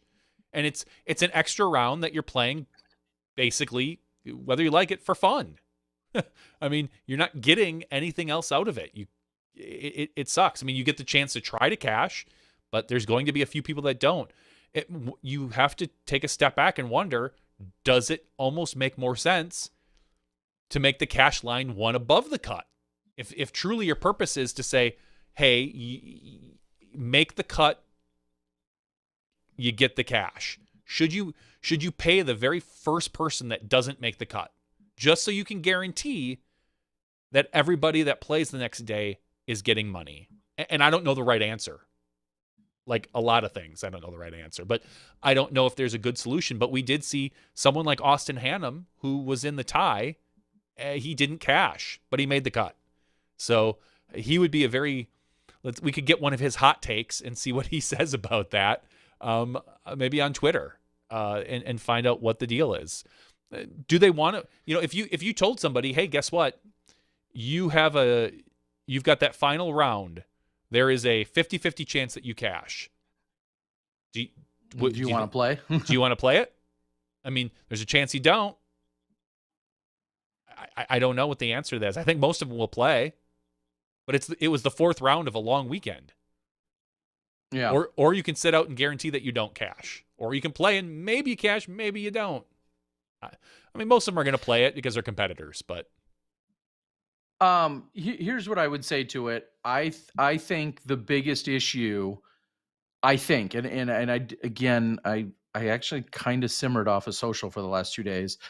I feel like the biggest issue was that they assumed that because they made the cut, that they then also made the payout line. I think the message was just maybe got lost, and I think that was what got them the most worked up. And now whether or not that's I don't have the PDGA rules in front of me. I could have swore they somehow I thought the PDGA rules explicitly stated that only an updated rule, this is in the last couple of years, stated that the cut line should be the cash line, but I didn't do the research, so I don't want to continue to not know what I'm talking about more than usual. If I were running that event and there was a tie for the bottom cash, I would probably make some adjustments to make sure that everybody cashed. Until the 45th place is the last cut. Let's take this all the way to it. 45th place is the cut line. That's also happens to be the 40th percentile. 45th place, and that place is getting $200 because that was designated cash. And now there are not, let's use the numbers, 10 people tied for that final spot. What do you do? $25 a piece. Is that insulting, or are they happy to get $25? Well, you know what? Somebody, the highest rated player, is going to say, "Well, we should be playing off for this spot. I want to go on to play tomorrow." The lowest rated person there, depending on who they are, might be like, "Well, no, cool. I just cashed on an event. I'm good with that. I'll take $25." Or I don't want to go play against, I don't want to go play against, I'll just say Kale LaVisca for that last cash spot. Like, I don't know what the answer is. I don't know what the perfect solution is, but people were mad. All right, I'm going to go to the rules. And again, maybe that's how you do it. You're not going to make anybody happy, because if you tell people that they don't get to play, and only one of them cashes or something, or none of them cash or something, I don't know. Do you bump up the cash line? The cash line is determined beforehand. It's a difficult situation, regardless, whether you're the player or whether you're the sponsor. All right, let's Johnny. Maybe I should send this to you. Let's just actually be mildly legit for a moment. Oh, geez. And here are. If Johnny wants to bring it up or not, I'm going to start referencing it. I am on The PDGA.com/competition manual 108, reduction of field size, aka cuts. A field may be reduced or cut for a semifinals or finals at the discretion of the tournament director, provided it's announced in advance of the event. Okay, check, done. Unless otherwise announced in advance by the tournament director, all ties for a semifinal or final cut will be broken by the use of a tiebreaker. Part C of this is making the cut line at or above the payout line is required so that all payout positions making the cut get paid. If additional players below the payout line made the cut due to ties, only those players remaining at least tied for a payout position would get paid. The only exception may be due to the severe weather policy that's invoked, blah, blah, blah. Any player who chooses not to participate in the semifinal or final round shall receive the ranking and the cash prizes equal to the finishing last in the remaining field. So let's say you're in 45th place, they cut to 45, and you say, oh, I'm not going to show up for that round. You would still get your 45th place position, even if you don't show up and play. Blah, blah, blah. Consolation rounds don't count. So there you go. Those are the rules. Dems are the rules, folks. Let me put that in the chat for anyone that cares. So in the YouTube if chat. additional players below the payout line made the cut due to ties, only those players remaining at least tied for a payout position would get paid. What does that even mean? So I think that means exactly what happened. Making the cut at or above the line. If additional players made the so let's just say they're going to pay. I'll say that's not exactly clear. No, it says if they're going to pay out 50, and then there's a 6-way tie at 50th or at 49th, they're saying they still only have to pay to 50th. That's exactly what happened. Okay, that's how I read that. And I didn't come here to think that the event or anyone, by the way, didn't follow the rules. I was never insinuating that. I said rather than just talking in uncertainties, let's find the rule. So I'm sure they did. I'm 100% sure they followed the rules. The Jeff Jacquois is a phenomenal TD, and I'm sure probably had this all prepared ahead of time. So there you go. All right. Let's talk real quick about the broadcast. We'll go through. There was, overall, I was relatively happy with the broadcast. There were some tech issues almost every day except for the final day. We're working with a couple new things. One, some new backpacks that we're implementing. So I think we need to upgrade a server a little bit, some software upgrades, but we ran into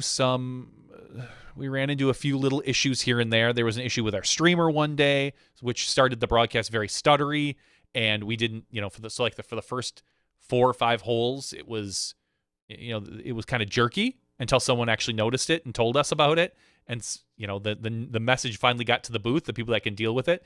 And then we went to our backup streamer, which we have readily handy just for such a reason, and everything went really well after that. I think day 2 we had some mic issues, and Jamie, the next day we were testing out XLR cables. We found out one of the XLR cables was bad, which you never quite expect. So as I told one of our guys, cut it into 1,000 pieces and get rid of it, because I don't ever want to mess with it again. Overall, I was relatively happy with the broadcasts. That final day, and I want this out there because I've already seen a few things about it. The final day looked really, really, really good. It did not look really, really, really good specifically as it was on YouTube. It looked really, really, really good because we took all the settings on site and cranked them up. Like, normally we broadcast at like 4 meg per second. So imagine, anyway, I don't even know what to imagine. It's 4 meg per second. It's hard to explain. We took that and cranked it up to like 8 meg per second, which is close to broadcast quality. Not quite, but close. Which is why on the final day, the picture from the cameras was looking much clearer. It had nothing to do with YouTube. If you looked on DGN that final day, it probably looked almost, if not as good as the YouTube quality. But I saw a lot of people say like, oh my God, this stream's so much better on YouTube. No, not the case. We specifically did that because we wanted to test it. We haven't ever pushed the cameras that big before. We haven't pushed it. And with that, just so everyone knows, comes a lot of costs. I don't know if it's, I haven't had the discussion with the Pro Tour yet about what the future is. If it means continuing these particular settings, and let me put it in this perspective. Last year, Smashbox paid about, I don't know, like $2,500 a month for data to push these cameras out. That was we averaged 2 tournaments a month. We doubled that data for this final round. So you're talking about 8 meg per second. So you're doubling the amount of data you're using. Plus, they're adding a camera at some point in the next month or two. Plus, we're looking at 3 to 4 events per month. So you're talking a cellular data bill that could crest $10,000 a month. That's dumbfounding. Minimum. That's dumbfounded to me. Like, I don't know what that means. You know, this is good. This is clearly a Pro Tour decision. You know, I don't know if they're going to look at that and say, well, you know, maybe this is good for one, you know, specific events. Maybe this is good all the time. This is awesome. You know, this is helping bring in more viewers. We think it's worth the money. Maybe they'll look at it and say it's not worth the money. I honestly swear to God, I've not had any conversations with anyone at the Pro Tour about this yet. They're gonna take a look at it and look at the quality and look at the settings, and they're gonna have to make a determination on their own, because now the Disc Golf Pro Tour is paying that bill. Smashbox is not paying that data bill because we're cheap and we would keep it at 4. I guarantee it. But the Pro Tour has different resources than we do. So that is something that we're going to have to look at. But it looked great. I think everyone that watched it on that final day saw the quality increase.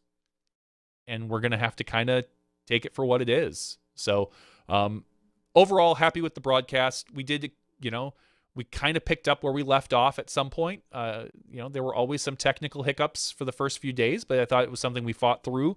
The cameramen picked up right where they left off. They are awesome. And I'm not just saying that because earlier in the day, camera 1 and camera 4 were in our chat today. So they did awesome.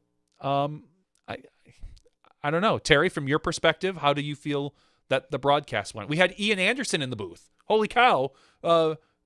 Ian making his DGN debut. He was on USDGC last year, as everyone knows, with Philo.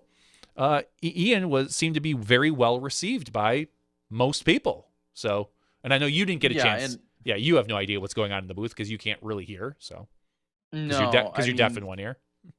What's that? Yeah. So naturally, it's the internet. So I read a lot of positive things. I read a lot of negative things. Some are 100% inaccurate. And I think we all know, I don't think there's anyone in the world that wouldn't say that. It's frustrating. If you want to get down and out and frustrated or be mean over something that's like, let's just say factual, that's one thing. But when your opinion or facts are based in inaccuracies right off the bat, then we're not even on a level playing ground. So, and those are all generic statements. But that's part of the internet. I realize that. We all know that. I read a lot of really dumb shit that people claim they think they know. And it's hilarious. There's nothing more funny to me than when somebody's telling it how it is on the internet and they're talking about something that they clearly think they know and they're proclaiming they know. And then someone like, well, and me or anyone that actually does know the details, and you read it and you're just like, you're so inaccurate, but you can't yell at them or try to explain it to them because it's the internet. Anyway, yeah, no surprise. Yeah, Ian, of course, well received from like you said, the majority. We're never going to agree on commentators. That's just the overarching disclaimer. There's no two perfect commentators. because every time you find a pair, I can find you either a person that doesn't like one or the other or the combo. Um, things seem to go pretty well from my perspective. Jamie very much had the MPO sideline reporting duty or task. Mine was more focused on the FPO. I don't know. That was a decision from Mo right off the bat for the weekend. So that was good. And I'm really comfortable with that. I enjoy doing what we could. It's still always tough. We've said this countless times. I enjoy being on the course and I enjoy giving you guys the insights when I can, but finding the right timing to do it and the resources to be able to do that continues to be a challenge. I'd love to give you guys more updates, but we need either the right cameraman or the right mic or the right positioning.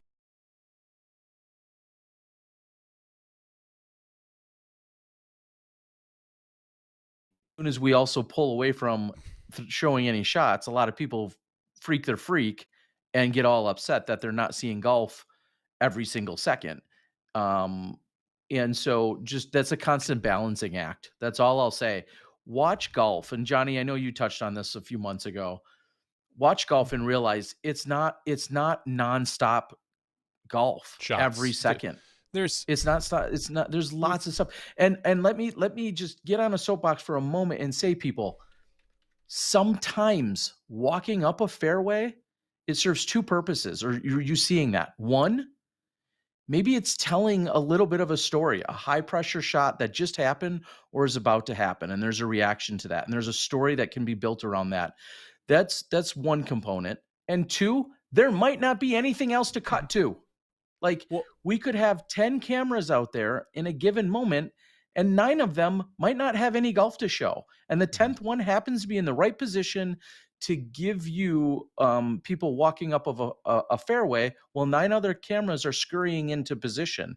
And I know that sounds like a broken record, but it's the honest to God truth, because I see so many people get so mad and say, why are we watching this? Insert this.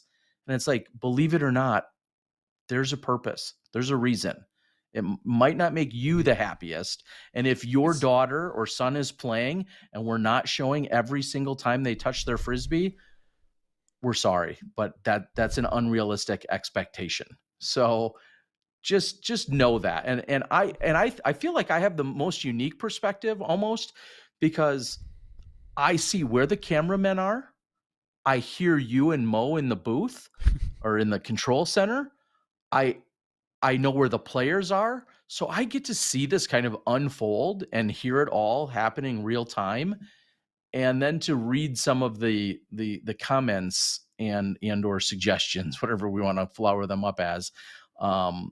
It just yeah, it's tough. I mean, everybody thinks that they know what's the best solution, what they should do, and what we should do, and why can't we bank more shots and come into more replays? And it's tough. It's not easy. I mean, we're a small crew, and we're working on getting more people on the crew, and we'll continue to expand and have a replay operator at some point, rather than just me and Mo kind of pushing buttons and hoping to hit the right ones and things like that. But we're getting there, and yeah, and if you don't think we're not trying, that would also be wildly inaccurate. Yeah. Now, I don't think anyone thinks we're not trying. I think I'll say this. I watched this, man. What are they even doing out there? They don't have any idea. Yeah, exactly. Well, I think people think we're trying and we're just not very good at it. Some people, and so they should think we should stop trying. But ultimately, yeah, we're getting there. Again, we're looking to add a replay op. We're looking to add another camera. We're looking to add, in the future, what's called an A1, a guy who's just, more or less just deals with sound. Because I know, and let me put this out there, that is one of the most difficult things for us to deal with is sound. Because what I said, I'm hearing in my ear, I'm hearing the cameras, the cameramen sometimes. I'm hearing Mo next to me. I'm hearing Gio next to me. Sometimes I'm talking to the commentators, and it's all in the booth, and it's all coming in at once. And so for me to hear what's going on the course as well is difficult. Plus, you've got sideline reporters plugging in and out of cameras with their stick mics so that they don't have to have a wireless mic, which may or may not work very well depending on the environment. And trying to deal with audio is, ask any audio engineer, and they're going to be biased, but is very difficult. And I know we fall down on that a little bit. So we hear a lot of people say, I want to hear more coarse audio. Oh my gosh, I don't want to hear so much wind. I want to hear, more chains. I want to hear the ground crunching when they walk. I want to hear the players talking. I want to hear, it's very, trust me, if I could do one thing, if I could take one person practically right now, it would almost be an audio person, because just to be able to give that job away to somebody and say, just make us sound good, or at least sound better, I would do it 100%. But we'll get there. I very much promise this. It just takes a little bit of time, and the way the subscriptions are growing, that's great. I mean, we crested like 20,000 subs. I don't know the exact number. I don't even know if I'm supposed to say that, but I did. So, yeah, sure. I mean, they haven't been, let me put it this way, they haven't been secret about the number in the past, so I don't feel too nervous saying that. I don't think it is a secret. No, it's and it's all a matter of, it's all a matter of time and integration. And the bigger the broadcast gets, the bigger the tools have to get, the more professional they have to get, the more money it costs.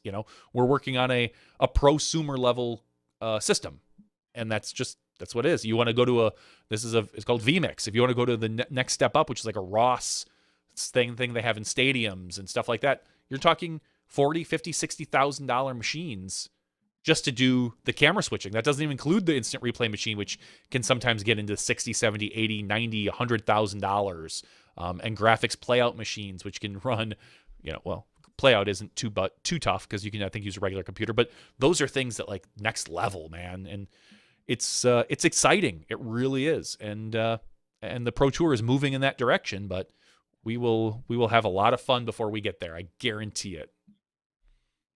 Yeah, and we go down this rabbit hole a lot, so I don't want to go too far down it tonight. No. But just a few quick hits. Thor said possible to mic up the players. Yes, you're right. It's a burden on the players, and until we have at least one or more audio engineers, it would be it wouldn't be broadcast suicide, but we don't. Do you want to hear Nico surprised what he says when he misses? Yeah, you'd be surprised you do, the obviously. conversations Everyone that does. get held on the course that people maybe would forget about mics, or people don't realize someone else is mic'd or forget about it, or like there's just a lot more that comes into play at that point. Besides just the actual technical component, there's also other strategic components to that. So that could happen. And yes, does it happen in post? Yeah, it certainly does. And I think that's great. Post-production does just that. They have the ability to edit things. If we're live, if we're truly live, we don't. Ingo says something. He says, very happy with the broadcast. The only annoying thing was the commercial loop near the beginning of round 1 or 2, where we had to watch Kelvin that's Heimberg. All Johnny's fault. No, that was by design, actually. Honestly, swear to God, we were having some tech issues right away. 2 hours before the show, we test every camera, turn them on, check audio, check video. They turn off everything. Well, then we turn them all on about 10 minutes before the show. Turn them on 10 minutes. Everything gets started. I'm doing 1 or 2 things. We get like 1 hole in, and suddenly there's a major issue with like one of the cameras. It's not coming on. And so we can't, I think it was one of the cameras not coming on. And I need to reboot the whole system. So my only option is A, reboot the whole system and turn everybody's live stream off, or throw that repeating commercial on so I can push that on to the side and reboot my system while that goes and repeats. And obviously when you reboot something, it takes probably 4 minutes. While that happens, that's kind of our backup thing. And now, after that happened, I told Mo, I need a technical difficulties graphic, and we built one. So, but until then, I thought, you can either go to a plain black screen and then no one knows what happens, or at least we get a commercial. That is 100% why that commercial just played over and over and over, is because I needed that 4 minutes in order to reboot everything, because we were running into suddenly these weird issues. So it wasn't an ideal situation. I would have rather had a technical difficulty sign, but hey, it was Innova's event. they got a lot of sponsorship from that commercial, and we didn't even charge them anything more. So yeah, they got their money's worth. They definitely got their money's worth. The other thing I wanted to address is somebody asked in the chat, why does the Pro Tour have the final day free? Like, what are we missing out? Doesn't it feel backwards that the final day is free and you're charging for everything else? And then you just say you're welcome. Yeah, in some ways it feels that way. But in other ways, our goal is to attract big sponsors. Clearly, we want to show off these sponsors that we do have and attract more, and that the final round is our biggest turnout. That's where the winner is crowned. That's where our biggest numbers always come from. So it also serves to have, to show a sponsor, hey, look, we're going to get, 15,000 concurrent subscribers, 15,000 concurrent eyeballs on this, and for these final days, which is one of the reasons why we do it. Also, because we do want to continue to, I'm going to throw it in quotes, grow the sport. It helps out people that want to watch live. No one can argue that we're not giving them the best and we're doing it for free. Mm-hmm. Correct. So that's that's the mentality about why we do the final day free. We want to make sure that, as much as we hold back on the first 2 or 3 days with the broadcast, having the final day free is good for pretty much everybody. And if the final day wasn't free, it also serves as a really good, quote unquote, advertisement for the Disc Golf Network. Like, hey, this is what you get if you subscribe. You get 3 more rounds of this during an event, or 2 more rounds depending on the event. People can look at it and go, wow, this is really quality stuff. I'm kind of surprised. It's way different than it was 4 years ago. I will subscribe to the DGN, and we gain subscribers that way. So there is a rhyme or reason to our madness. As to why the Disc Golf Pro Tour does that, and I'm glad they do. And will it be that way forever? No, I don't know when the door will close, but for now, enjoy it while it lasts. It could be another year, it could be another 5 years. We don't know. I don't have to answer those questions because it's not my purview anymore.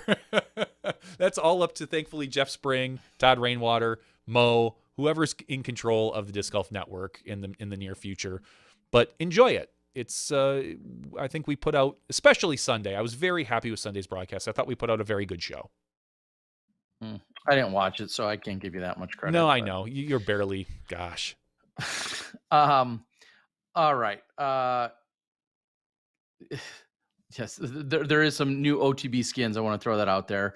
OTB skins, I think GK Pro and those guys out there hustling around. I see a lot of people have been talking about it. So very cool to see that out there. Also, 1 or 2 people, I think, very confused in the actual chat room, but I'm going to leave it at that for now. Do you have anything else to add, Terry, or we can do one of our giveaways? All I was going to say is, I know we talked a week or 2 ago about Nico withdrawing from the All-Star Weekend, and obviously he had earned his spot into the All-Star Weekend. I did not, and then he did not play in the Las Vegas Challenge, and I had not seen Nico in any capacity with those news or announcements. And then it was funny, I was on Sunday night, I was out and went down to Fremont Street. There was a lot of fun people hanging out, having a good time. And I walked into one of the establishments, and Cap Merch, Nico, and Philo were all there. And I hadn't seen Nico. I'd seen the other 2 throughout the weekend, but not Nico. And he showed me his hand. And here's really the point of my story, is he had showed me his hand, and it definitely was swollen up where I don't remember if you said it was his hand or his knuckle or whatever, but certainly struggling with that and waiting for that to heal up. He says he can throw a disc, but clearly not with the efficiency or effectiveness that he's used to having. So I thought that was an interesting, it was more of the shockingness of, I didn't see him all weekend, and then all of a sudden, now it maybe makes sense I didn't see him. We didn't have caddies, and we didn't have spectators, so to speak. So him not being out there did kind of make sense in that way. And a quick unpaid plug here for Double G's Craft Jerky. He was sweet and gracious enough to give me, I think, all 4 flavors. And you're a big A jerky little. fan. Like you, I honestly, love these. My dad, yeah, my you dad love makes some jerky. beef jerky. I do. My dad actually makes venison jerky at home. He's made it forever. I love it. It's amazing what he makes. Um, I I don't know if I've ever had a jerky I didn't like, so to speak, but or won't go out of my way for it if I can. It's just always so expensive. Like, let's be real. I'm cheap. I'm a baller on a budget, and so I don't buy a lot of it. But Double G gave me a sample size of each of the 4 flavors. I'm just gonna say it was really good, and it also then comes with this notion, or this reality, I should say, that you're supporting him, one of the nicest guys on the planet. He's had very great warm reception, really no surprise. But I did get a chance to sample all 4 flavors. Boom sauce, that's my stuff. That is super. Had some real spice to it, and so unpaid plug. I want to work with Double G and whatnot in the future, and I've always loved the guy. I've known him since he was like this tall, but super good product as well. So I wanted to throw that. I know not everybody on the board saying that they want some. I'll just say it was, and you see it getting passed around, and Jessica had sample packs, and Double G's giving out sample packs, and he's working hard. He's doing it. And Trust me, it Ian. was awesome. Ian was Awesome to see. pushing in the booth to get some samples. That's what I heard. He definitely made a move or two to try to get a free sample out of Double G. So the next time Ian is on the course with Double G, I think there might be an exchange of jerky going on there. It is as there should be. I've never been a big fan of beef jerky in general, but I would definitely give it a shot if given the opportunity. Double G went out and did thank everybody, and he does say that a portion of all the sales go to like the Double G, some sort of Double G charity to help kids get into disc golf, which is great. And he is a sponsor of the Disc Golf Network and the Disc Golf Pro Tour, so which is why a lot of people saw his commercials. And correct, yep. little lower third, so it's exciting. It's good stuff. Yeah, so it's not just a plug for a nice guy. I mean, he's doing all the right things, and he's buying advertising on top of it, and not just relying on the beautiful spirit that he is. He's going full bore with it, which I love to see. Real quick, do you want to touch on 2 other things that I did hear from the weekend? Again, a little bit half removed. It sounds like there's a continued conversation about whether or not one of the signature moves from Ian Anderson is to frequently call out specific discs that are thrown. And we've talked about this, which is why I don't get fully into. He doesn't want to drive it fully into the ground as far as what Ian does. No. Also Robert McCall, who's always been very good, and then some people worried if he'd ever have a bias, and he never did. But anyway, calling out specific discs for the various manufacturers, and whether or not I think it's obvious the consensus of the general viewer is that they love it. Does every sponsor, whether they're paying for. Wow, Terry, your internet is trash every time you keep locking up.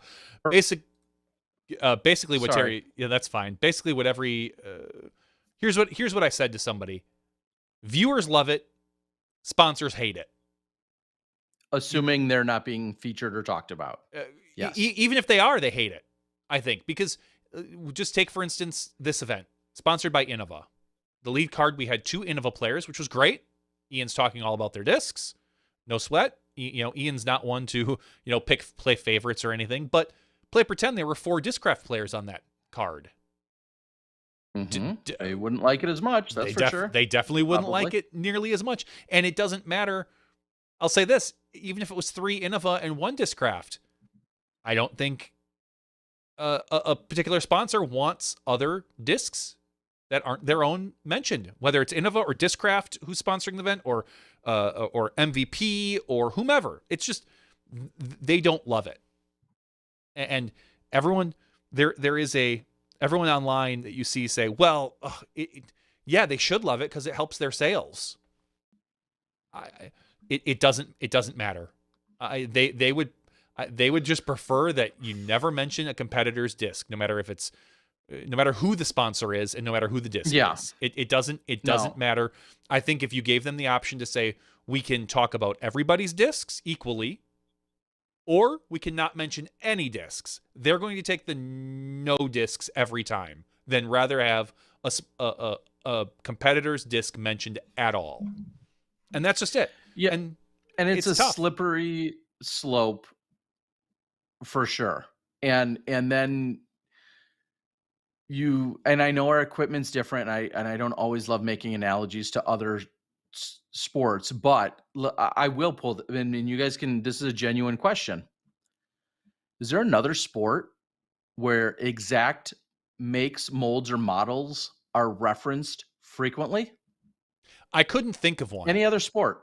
Like, I'll go more obscure, like a darts. Would they be like, oh, well, those are the pro flight, tips, and those are the super killer bee, jack wagon Flights. jerky links flights on them, and but those shafts, those barrels, like, I don't, and again, I know we're specific, and our equipment is getting thrown literally every shot, but if there is another sport that references the equipment used as frequently as what we would in disc golf, I'd be curious to know what it is. People are bringing up if there is, I don't know. Motor racing, where you talk about a Ford versus a Chevy versus, okay, but to be fair, in NASCAR, that's kind of generic too, because most of those cars are set to a specific standard, so it almost doesn't even really matter what the car is. But I'm going to get a lot of hate from NASCAR people now, screaming at me that it does matter. But yes, they do talk about the makes of the vehicles in general. Yes, of course they do, of course. But and again, you nor I watch NASCAR. Is it with like almost minute to minute frequency? They're like, well, that's a Chevy, such and such, insert numbers here. That's a Chevy such and such, but under the hood, it's got a Mopar exhaust, blah, blah, blah, or not under the hood. It's got a such and such engine, blah, blah, blah. And then it's got, well, the exhaust system is clearly made by blah, blah, like, and if it is mentioned, which I'm sure those things do get mentioned, is it mentioned constantly about every single car? Every time they cut to it, oh, here comes number 9. He's coming around the corner. Once he steps on his Mopar pedal, he like. You're a fan of Mopar, aren't you? You like Mopar? I guess. Terry's a Mopar fan. Do they make stuff? I don't know. I sound like an idiot, and that's fine. My point is, it's not with the frequency. We see the logos on the cars. There's clearly teams. I get all of that. I can appreciate all of that.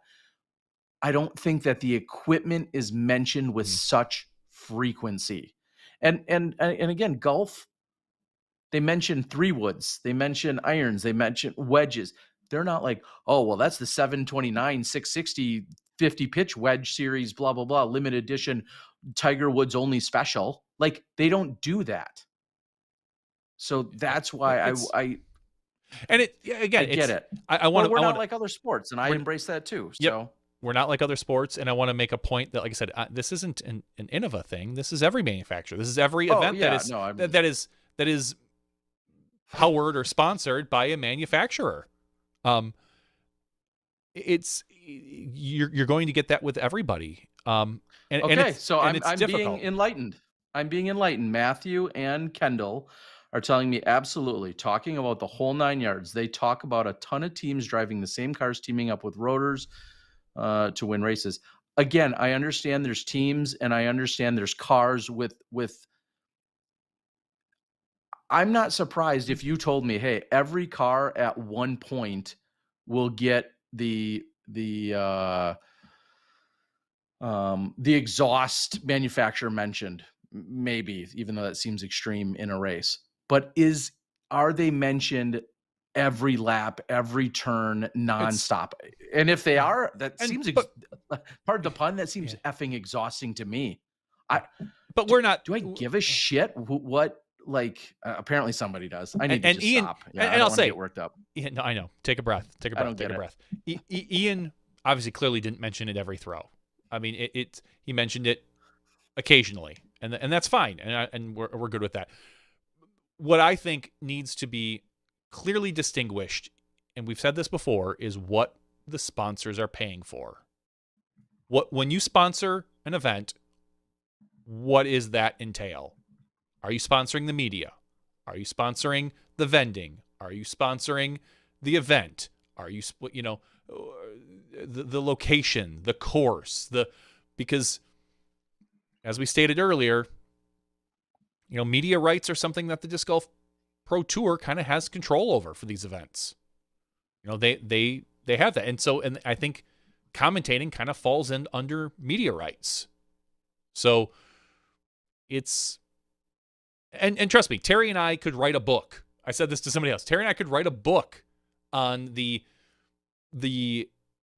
conflicts of interest that we've run into in the manufacturer emails that we've gotten in the past about people who are unhappy with either their representation, their brand not mentioned enough, their brand mentioned poorly, their brand mentioned, the competitor's brand mentioned. We've been doing this for 6-7 years now. We could write a book, and none of it is changing. It's just getting bigger. Somebody asked me, "Do you think this is going to go away with the sport getting bigger?" I said, "No, it's going to get worse. It's going to get worse because there's more money in it. Everybody, you see a bigger pie, you want a bigger piece of that pie. Just everybody. So this stuff just needs to get figured out. And I know Terry loves it when anyone says this. This is growing pains. This is some growing pains. This is Mike Seaver growing pains. It's this is like boners growing pains. I wasn't going to go there. I thought it, and I passed on that one. I did. I truly passed. You got to be old one. Enough to get that reference. You do. Kids, ask your parents. And so we're going to find out over the next few years. Will it help when outside manufacturers come in? Maybe, if that happens. If Bushnell decides to be a big sponsor, then it's not going to matter who if a disc manufacturer gets mentioned. But, if the minute somebody pulls out a Bushnell competitor out of their bag, I don't even know if there is one. I'm sure there is. I don't know who it would be. But, yeah, sure. And range finds a hole and a commentator mentions it, that's going to be awkward. What are you laughing at? Range finds? Is that not the right term? Range finds a hole. Yeah, range finds a basket, a hole, whatever. I don't know, whatever. So anyway, it's I hear you. Different. It's awkward. We're dealing with these things as they come up, and we'll figure it out. We will, I promise. And thankfully, it doesn't really affect the viewer too much. This is all a lot of behind the scenes stuff. Matthew on the board says, Terry, are you saying you don't like to hear what discs are being thrown? And again, I'm very biased only because I've been around for so long. And so my opinion could be wildly off mark, which I think it is. I don't personally care. And is it maybe interesting? No. Now, do I necessarily care if a Kona approached with a Gator versus a Cayman, knowing they're two very similar discs, or was that her Rock X3?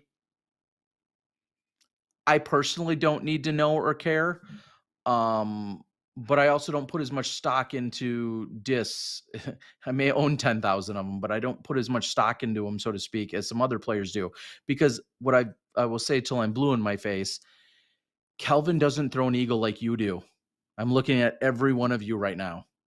You don't throw any. So when somebody tells you that Kelvin threw his 4-year-old eagle, 550 feet, and he laced it down a 6-foot fairway. And okay, that's cool to know, I guess. But I don't that know eagle, exactly. That eagle is probably more like we'll say a T-bird or a leopard. When Ricky has 6 destroyers in his bag. Exactly. And they're 6 pigs. And they don't fly the same. Correct. And everyone is beat differently. So again, when we say, oh wow, Ricky threw that pig, was it a beat up pig that flies like a rock? Was it an R Pro pig? Was it a certain pig? Was it a special edition pig? Was it a champion pig? Like the plastics matter so much. And I hate to sound like such a we're broken records and we're old fuddy duddy here, but that's why I don't give a crap about in the bags, because it might be interesting for them to show you what they have, but if you run out and buy a brand new destroyer and you think it's going to fly like Ricky throws his 5-year-old destroyer, you're wrong. It's not going to fly like it, and you don't throw like Ricky. That's why I don't see as much value. I think people overvalue. I think you should be more concerned about how good their form is and be more concerned about that than exactly what disc they're throwing. Yeah.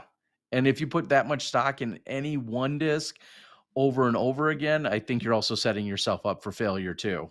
But again, those are all Correct. very Specific issues that we have in general, and it's things we've been saying forever. Like, you don't know, you know, Paul McBeth's buzz. here's what I will say, and is I appreciate all beat up. you guys are telling me that that in NASCAR they specify all the various parts and all that other stuff. I find that funny too, because I think, okay, well, oh, so should I go get that exhaust from my Honda Element? Like, how does that relate? But anyway, People do. but then Terry. again, let's be fair. NASCAR almost has a. Do they have a different business model in the sense that, like, they have a car with 1 million sponsors on it, like, right off the bat? Like, that is a core premise of NASCAR and of racing, Mhm. is the sponsorships with the players themselves on, or the racers, the drivers themselves being all glammed up. The NASCAR people love that. All glammed up and bedazzled up with all of their countless sponsors, and then their cars, which are all sold that way. Like, I feel like that's almost a totally different business model. It's still sponsorships, and it's still helping support their sport and everything that's happening, but it's like almost an entirely different business model. Whereas you look at a golfer, and their hat slash visor, and then their clubs, which you may or may not ever know unless you're told, Their maybe their polo. bag, and then their polo, like 3 or 4 items, and there's 1,000 items that are up for conversation on a car. So anyway, we'll jump off of all of that, but that to me, so that's a point of conversation though, is whether or not the sponsors like it, whether or not announcers, are going to then be perceived as bias, and Yeah, or knowledgeable or not knowledgeable. because I mean, again, those are all things that factor in. I guarantee you, if Ian mentions one company's disc 5 times and one company's disc 5 times, each company will turn around and say, I can't believe that he mentioned the other manufacturer 80% of the time and only us 20% of the time. It's just the way, because they're only going to hear what they want to hear. And it's tough. It's very tough. Here's the biggest problem. Okay. If somebody shoots really well, they might only throw 48 shots. That's only 48 times for their disc to get mentioned, as opposed to the guy that sucked and shot 62 times.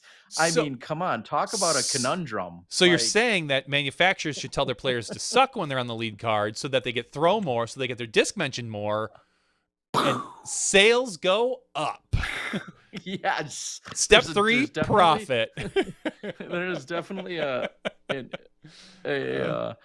somebody dropped that graph. I mean, anyway. All right, let's give something away, Terry Miller. That was a conversation piece for sure. Yeah, I saw it online.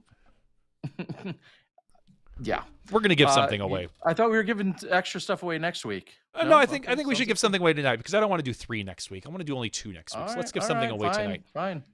We have Firebirds. Lots of Firebirds. We no. have Discraft Firebirds, just to get them both in there, along with MVP, cannons. Axiom cannons. Yes.